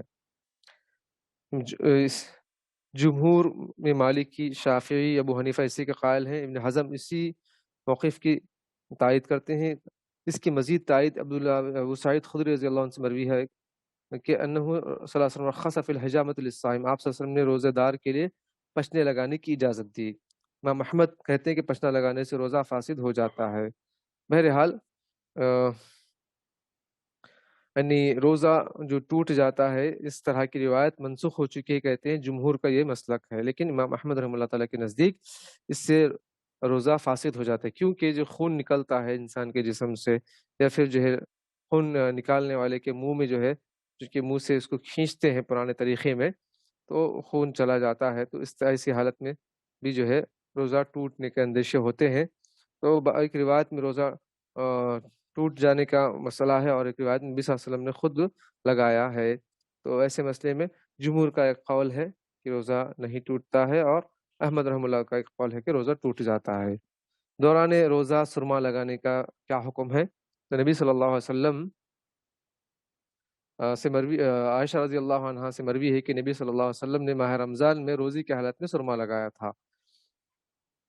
تو اگر یہ روایت صحیح ہے، کیونکہ یہ صحیح ابن خزیمہ کی ہے، ابن ماجہ کی ہے کتاب الصیام میں، حافظ بوصیری رحمہ اللہ تعالیٰ نے اسے ضعیف کہا ہے، اسی لیے ہم کہہ رہے ہیں کہ اگر یہ روایت صحیح ہے تو واضح طور پر اسے دوران روزہ سرما لگانے کا جواز ملتا ہے اس حدیث سے، اور اگر اس میں ضعف بھی ہے تب بھی اصل براعت ہی ہے، لہٰذا سرما لگانا جائز ہے۔ کسی صحیح حدیث سے یہ ثابت نہیں ہوتا کہ سرما لگانے سے روزہ ٹوٹ جاتا ہے۔ جمہور احناف، شافعی اسی کے قائل ہیں، امام شوکانی اسی کو ترجیح دیتے ہیں، البتہ امام احمد، اسحاق بن مبارک اور ثوری رحمہ اللہ تعالیٰ دوران روزہ سرما لگانا مکروہ کہتے ہیں۔ یہ بات درست نہیں، کیونکہ جس روایت سے انہوں نے استدلال کیا وہ روایت ضعیف ہے، امام احمد، اسحاق وغیرہ نے روایت کیا وہ ضعیف روایت ہے، ضعیف ابو داؤد میں وہ روایت ہے۔ اس حدیث کے متعلق امام ابو داؤد نے خود وضاحت فرمائی کہ امام یحییٰ بن معین نے مجھ سے کہا کہ یہ حدیث ضعیف ہے، اس لیے روزے کی حالت میں سرما لگانا جائز ہے۔ روزے کی حالت میں انجیکشن لگوانے کا کیا حکم ہے؟ دراصل ایسی کوئی دلیل موجود نہیں جس سے ثابت ہوتا ہے کہ اس سے روزہ ٹوٹ جاتا ہے، اور نہ ہی اسے کھانے پینے پر قیاس کرنا درست ہے، کیونکہ یہ حلق کے ذریعے پیٹ تک نہیں پہنچتا، بلکہ کسی اور ذریعے سے بھی پیٹ تک نہیں پہنچتا، اور صرف جسم کے، اور اسی طریقے سے پانی کے یعنی جو نہانے سے روزے کی شدت میں کمی آتی ہے۔ مسامات میں سرایت کر جانا ایک جو ہے بدیہی امر ہے، پانی اگر ہم ڈالتے ہیں جسم پر تو جسم کے جو ہے چھوٹے چھوٹے سوراخوں سے داخل ہوتا ہے، لیکن پیٹ تک نہیں پہنچتا، تو اسی پر جو ہے قیاس کرتے ہیں۔ ان تمام چیزوں سے جب روزہ ٹوٹنے کا حکم نہیں لگایا جا سکتا، تو انجیکشن سے بھی یہی مسئلہ ہے کہ جواز ہے جب تک کہ ممانعت کی کوئی دلیل نہ ہو۔ البتہ حافظ صلاح الدین یوسف رحمہ اللہ تعالیٰ، امام ابن قیم رحمہ اللہ تعالیٰ وغیرہ کہتے ہیں کہ ایسا ٹیکہ یا ایسا جو ہے انجیکشن جس کا مقصد خوراک یا قوت کی فراہمی نہ ہو بلکہ صرف بیماری کا علاج ہو تو جائز ہے، اس کے علاوہ نہیں ہے۔ یعنی قوت کا یا خوراک کا مقصد ہے جس کے ذریعے سے انجیکشن لگانے سے، گلوکوز چڑھانے سے جیسے جسم میں طاقت آتی ہے، تو ایسی صورت میں روزہ ٹوٹ جاتا ہے، وہ غذا کے حکم میں ہے۔ البتہ صرف بیماری کے علاج کے لیے انجیکشن لگانا چاہ رہے ہیں تو یہ جائز ہے، اس میں کوئی مسئلہ نہیں ہے۔ ابھی اور اس کے علاوہ کچھ اور بھی مسائل ہیں جس سے کیا روزہ ٹوٹتا ہے یا نہیں ہے، متفرقات ہیں، تو انشاءاللہ بقیہ چیزیں انشاءاللہ ہم آگے کے کلاس میں، آگے کے جو ہے سنڈے میں درس شریعہ کی کلاس میں پڑھیں گے۔ انہی باتوں پر اپنی بات پر کو اکتفا کرتے ہوئے اللہ تعالیٰ سے میں دعا گو ہوں کہ رب العالمین ہمیں علم نافع عطا فرما اور عمل صالح کی توفیق عطا فرما، جو کچھ ہم نے سیکھا ہے اس میں جو خیر ہے اس کو لینے، اور جو شر ہے اس سے بچنے کی توفیق عطا فرما، آمین رب العالمین۔ صلی اللہ علیہ نبی الکریم۔ جزاکم اللہ خیر۔ آپ تمام کا بھی ممنون مشکور ہیں، آپ نے درس کو بغور سماعت کیا ہے، اللہ تعالیٰ آپ کو ہم کو عمل کی توفیق دے۔ اور ہمارے گناہوں کو معاف فرمائے، آمین۔ السلام علیکم ورحمۃ اللہ وبرکاتہ۔ کلاس کے اختتام کا اعلان کیا جا رہا ہے، اگر کوئی سوال ہے تو سوال کر سکتے ہیں، اور جو کلاس چھوڑنا چاہتے ہیں تو انہیں اجازت ہے۔ سبحانک اللہم و بحمدک، اشہد ان لا الہ الا انت، استغفرک و اتوب الیک۔